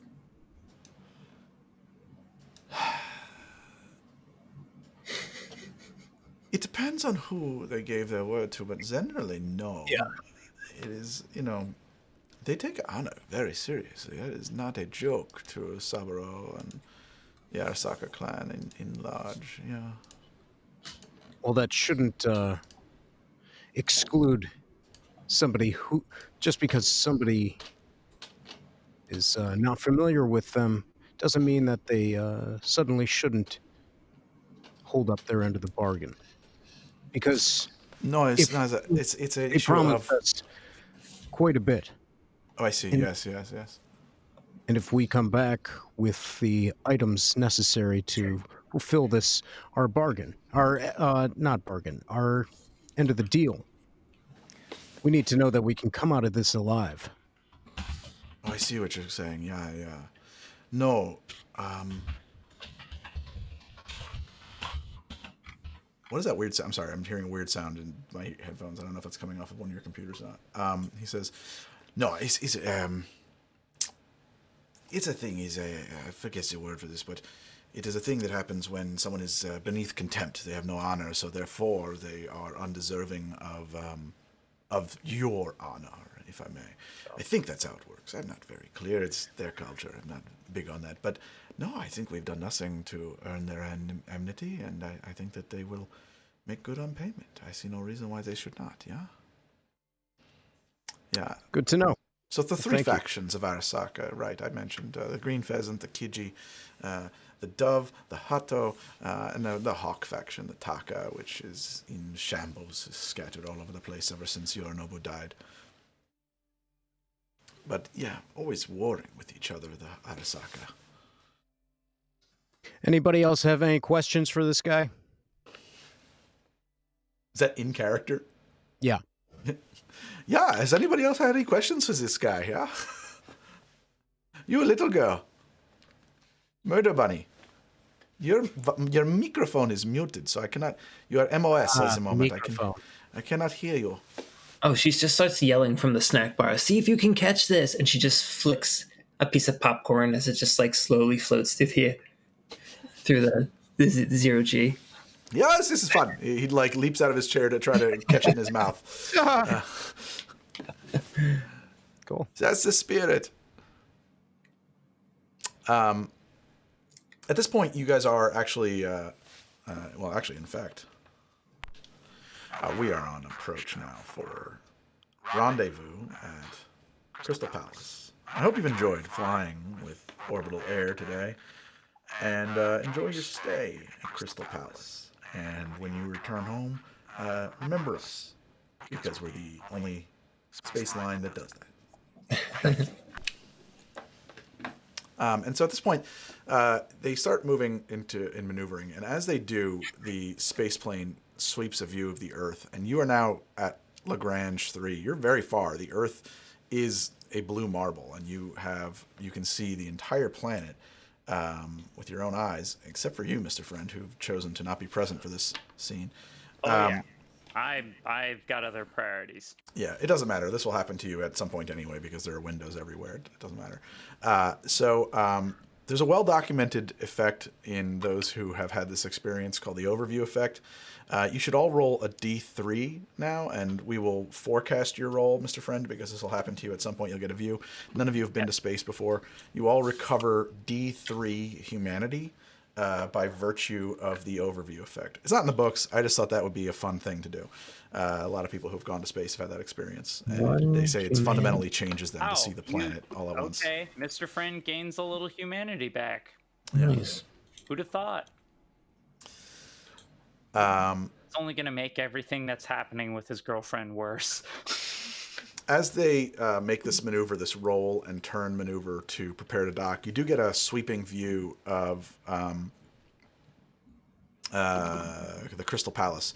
It is an enormous space station. It is 5 donuts of glass. Well, actually, the outer 2 most are glass and steel, so they have like windows. The inner 3 are completely sealed tubes, but each one is huge. I mean, they're 2.5 kilometers in diameter, which makes them something. I forget how that circumference would work out, but they've got to be like 8 kilometers around and 1.5 kilometers wide each one, and they're attached by truss and spoke essentially to a central spindle around which they rotate in unison to generate gravity.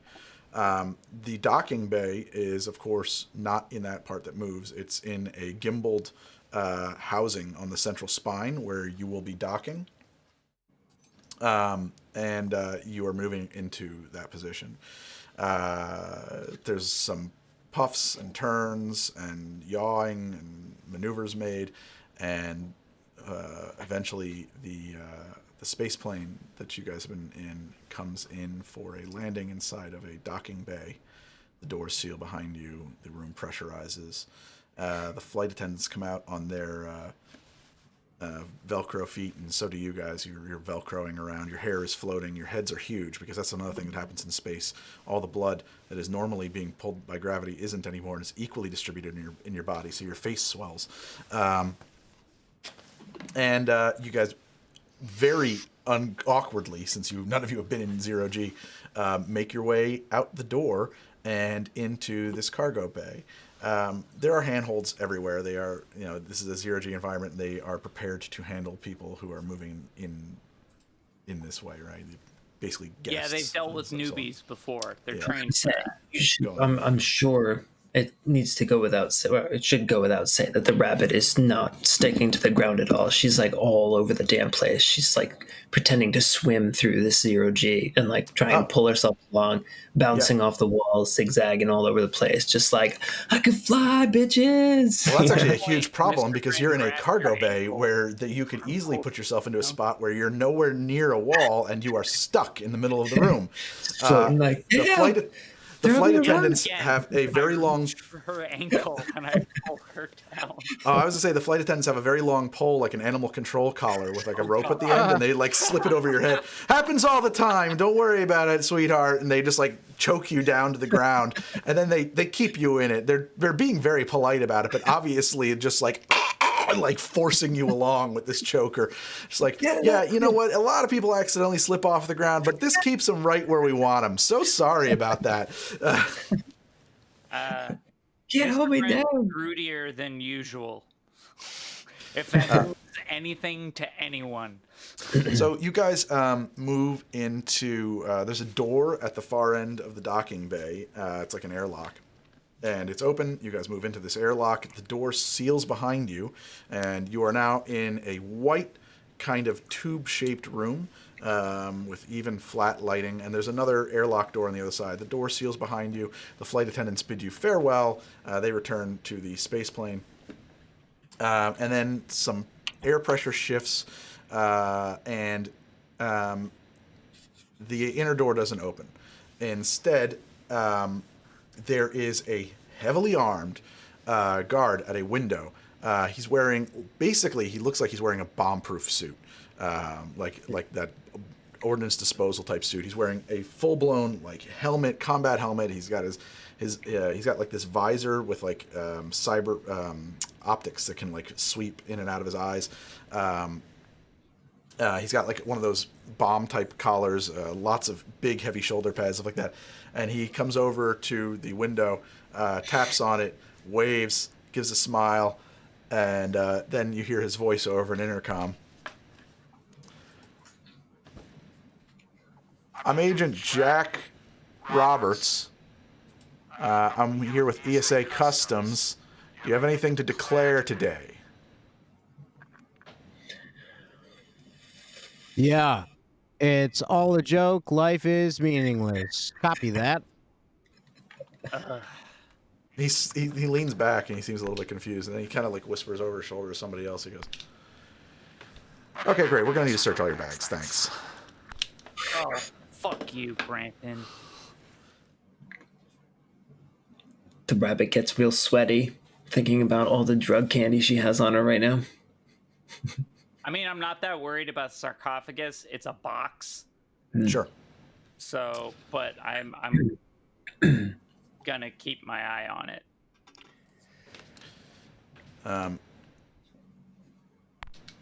I'll just be right back. I'm handling some paperwork on your behalf. Hold on. So a few minutes later, he comes back, and then the door opens, and he has for each of you guys a little plastic badge. It's like a blue badge with a white stripe across it. And now he's not on an intercom anymore, so I don't have to do the voice thing. And he says, okay, so we have to impound your baggage so that we can search it in a timely fashion. We're backed up. Don't worry. We're taking good care of everything. It's going to remain here in customs on the station. These badges identify you as temporary residents. You're not quite through customs yet. Your customs in processing. Okay, I'm going to need to see all of your paperwork, your passports, your visas. And I'll stamp those off right now. And then as soon as we have word that your luggage is cleared for release into the station, we will release it to you, and you can give me back your blue badge. Okay?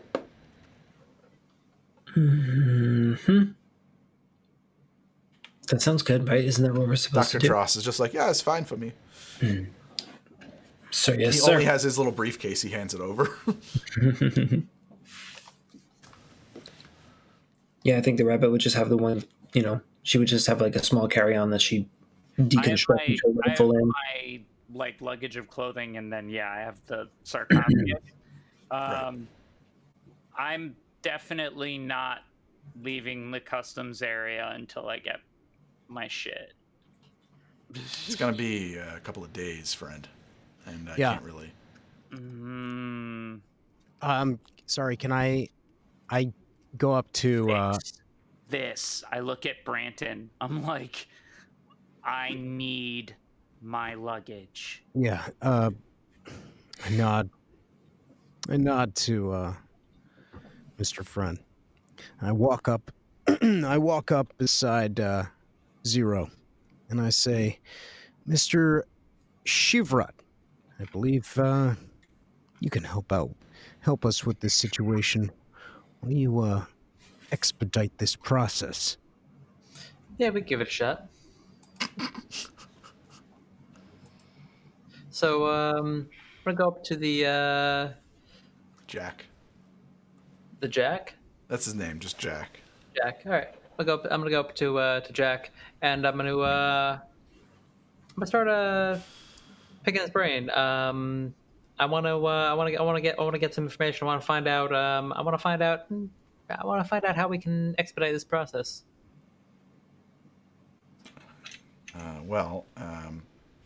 You can... Hey, boss, any way to expedite this process? He, yells over his shoulder. You get back, no. He says, yeah, I don't think you can, no. What do you mean expedite? We have to search it. There's customs officials that have to look at it. We have to sniff it for combustible materials, look for bomb-making materials. We have to check it for any contaminants, viruses, bacterial, funguses. Do you know what a fungus infection will do to a space station?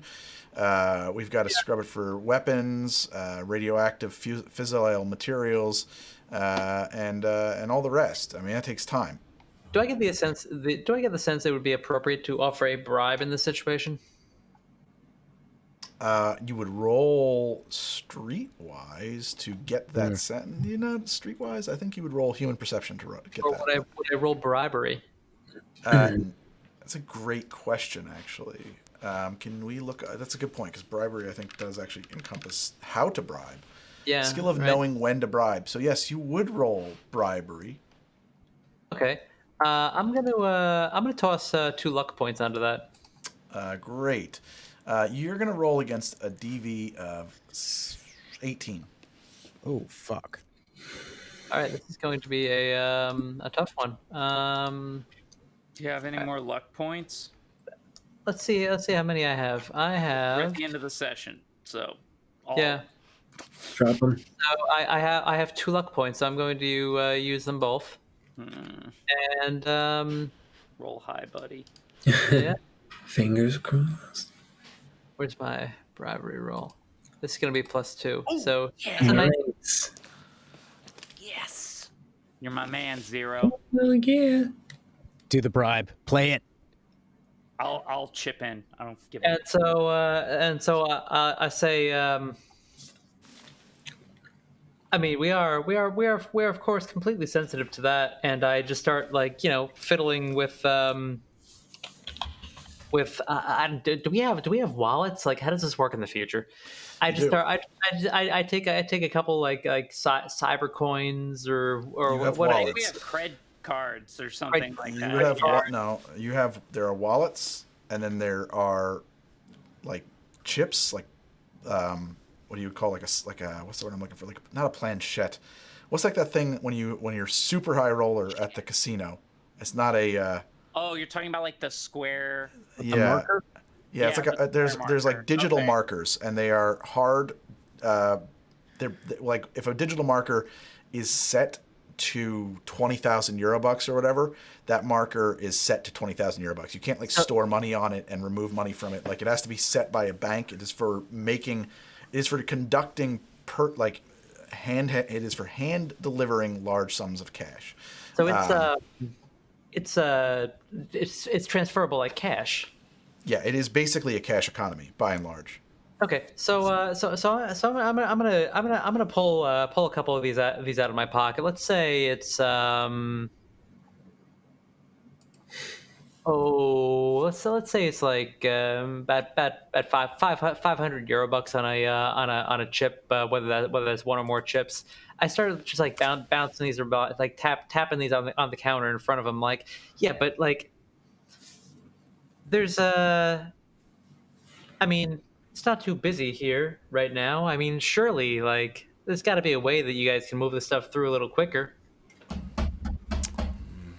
I see your point. Almost, though, I can almost see your point if you catch my drift. It's I pull another 500. we have Eurobucks. a special corporate package for guys like you who are here doing a job for doing a job for Continental Foods as you are. So if you wanted to buy the corporate package, the no look see expedited entry process, it's going to cost you. And he counts up how many people there are. It's going to cost you $8,000. I provide 1,000 from me, and when I hear that, I'm like, everybody chip in. We're doing this. Yeah. We all chip in. I chip in. Dr. Dross comes up with 2,000. All right, fine. She like hands some money out. Same. That's great. That's great. Oh my God, look at that! All of your paperwork just went through, and he just starts like stamping stuff and slides you guys across. He goes, "I'm gonna need those badges back. You guys are free to go. Please enjoy your stay here on Crystal Palace. Just through those doors, you will find a tram. That's the Spire tram. It's the best way to get up and down the Spire. And it looks like you guys are staying in Ring 4. Okay, so just make sure you take the tram out to Ring 4 and transfer to a person mover and enjoy your stay. You guys are staying at the... you're staying at the Hilton. That's fantastic. You'll enjoy it. I'm sorry. What did that cost us each? 1,200. Well, you had Dross chipped in 15 or It's 1,000 2,000. person. He paid 2,000, and then Yeah. Well, wait. I was counting Greg. It's more than that. It is like 1,200. Yeah. 1,200. Yeah. It's 1,200 from each of us to cover our share, which Mr. Friend pays his share. He says, as he passes Jack, he says, you have a nice day, Jack. And I purposefully bash my shoulder into Branton as I pass him. And I just mutter, dick.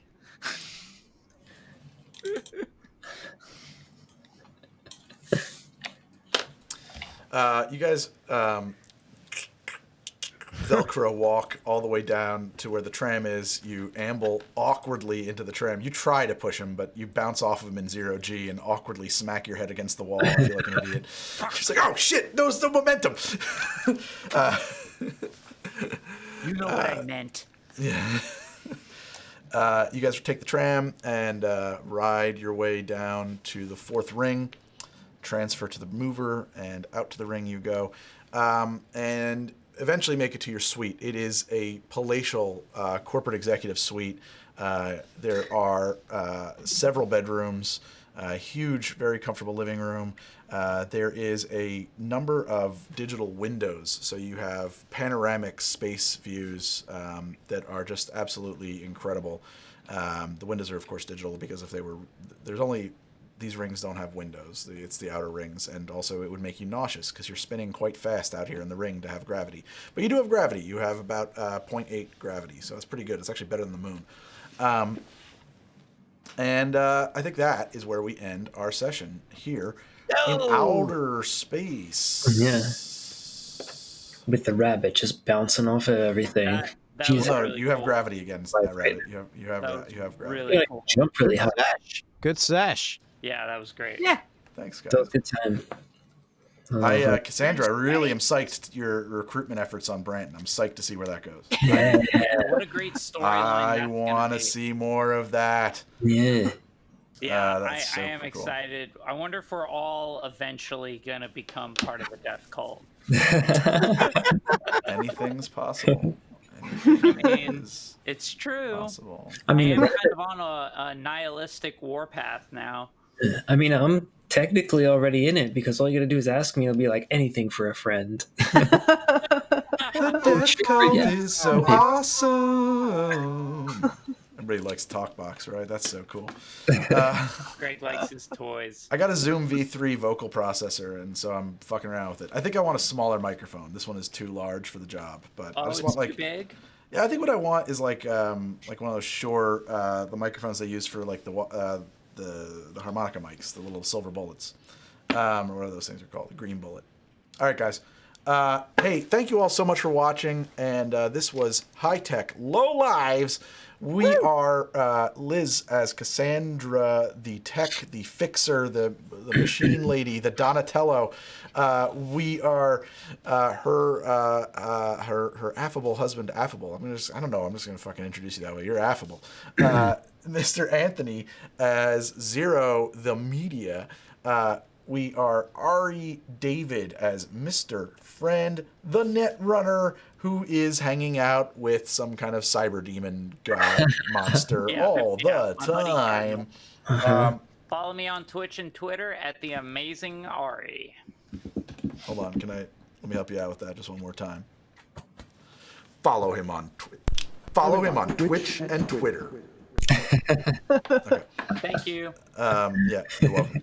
Well, we've been spamming your links all the way through the session. I know. I love it. It's my favorite part. And John is playing Mr. I'm sorry. Why did I say Mr.? John, you are the rabbit. I can't. My brain, man. My brain is broken.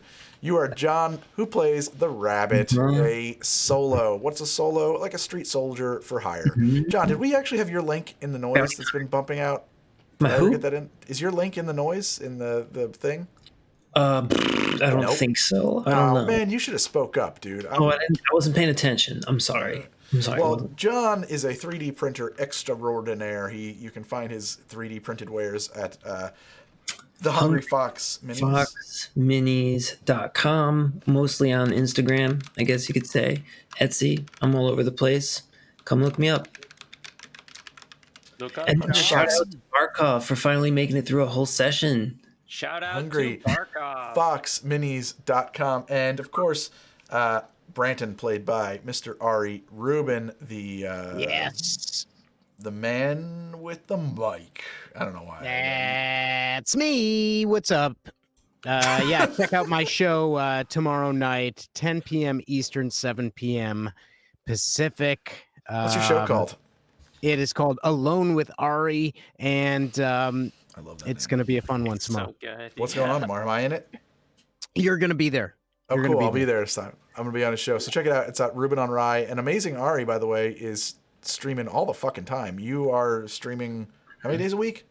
At least 4 days a week. Well, you guys got to get over there. Hey, guys, for those of you at home, I put in an application to create HTD net. here on Twitch. We're going to create a network of channels. Oh man, HTD DV would have been smarter. Where were you last week? No, HTD He net. was there. He just didn't have the suggestion. Captain Manic's always around. Yeah, I don't like GSU Barco memes. I mean, like, I can't say that with a straight face. And also, I tried, Babish is everyone. now the I Babish tried. cinematic universe or Babish culinary universe. And like, when he said that, I thought when he made all hose announcements, I kind of thought it was a joke. I'm like, how do you tell people you've got the Babish culinary? Oh, whatever. I don't know. I couldn't be that guy. And so these guys are going to get on there. Maybe we'll do some other stuff on there. I don't know what you do with a network, but I was told it doesn't hurt me to have one. So why not? All right, guys, we're getting better at this show. We'll be back next week at Tuesday at 9 p.m. Eastern. Thank you so much for watching. Thank you for being a friend. That is the end of it. Did everybody get their plugs in? Did we plug everybody? Yeah, I think we did. Nice. Plugs Does anyone away. live in Georgia? Yep. Vote. Oh, yeah, Yeah, go if you to live in Georgia and vote. Vote in the runoff election. Do it. Yeah, Do it. Peer definitely. pressure. Yeah, I mean, just do that so that we can live. Yeah, Mhm. please. Thank you. Yeah, Yep. that seems important at this point. Don't curse at Greg Barco. That's a bad way to get him to listen. Barco, what were your good news? What was your good news, Barco? I just want to get Barco the last word. Oh, yeah, I don't, no. There's He has zero good reason news. I want to do that. He Barco has came good back and said, news. I've got good news. What, did you pass your tests? He, Like our fucking not mascot. only did he pass, he got an A. He got the equivalent of A's. You got he fives? Got straight A's. Nice, Barco. Barco, congratulations. Yeah, That's congratulate awesome. him. He worked hard. He studies during my streams. I guess it's fine that you stay up all night. I mean, I don't want to get a phone call from your mom about what a bad influence I am or something like that. But, you I tell know, him to do his homework. yeah, I mean, that's why we have the hashtag Barco bedtime. All right, Barco. Well, congratulations. And if anybody else is doing their midterms or finals or whatever, good luck and congratulations to you as well. Thank you all so much for watching. We will be back at this same cyber time, same cyber channel next week. Hopefully we'll have some new artwork next week too. I'm very Oh excited man, about that I'm process. ridiculously excited. Yeah. I wake up every day. And I look at my phone. It's like, do I have a message from Greg yet that the art is in? Every day. I was So I look really for it. hoping you were going to spring it on us this week. That it was Right? just going to be I was there. too. I think she was a little behind, and I also we're fine. She looking was at like good first for- round of review. So I mean, it might be another couple of weeks. But all right, guys, that's our show. We'll be back next week, 9 p.m. Eastern, at 9 p.m. Eastern on Tuesday nights. And oh, by the way, I'm starting a new streaming schedule too. So watch this space. I'm updating it tomorrow. I think I'm live at 3 p.m. from the bar. We're doing live from the HTD bar at 3 p.m. if I'm not mistaken. So I'll see you guys tomorrow. Good night. Have a good one and keep the faith. I don't know. I don't like that. I like it. Faith. Do it. Nah, I'm an I like. atheist, but okay. I like. Thank you for being a friend. And We're humanity. going down the road and back again. And I like. Say goodnight, Gracie. Good night, Gracie. Good night, Gracie.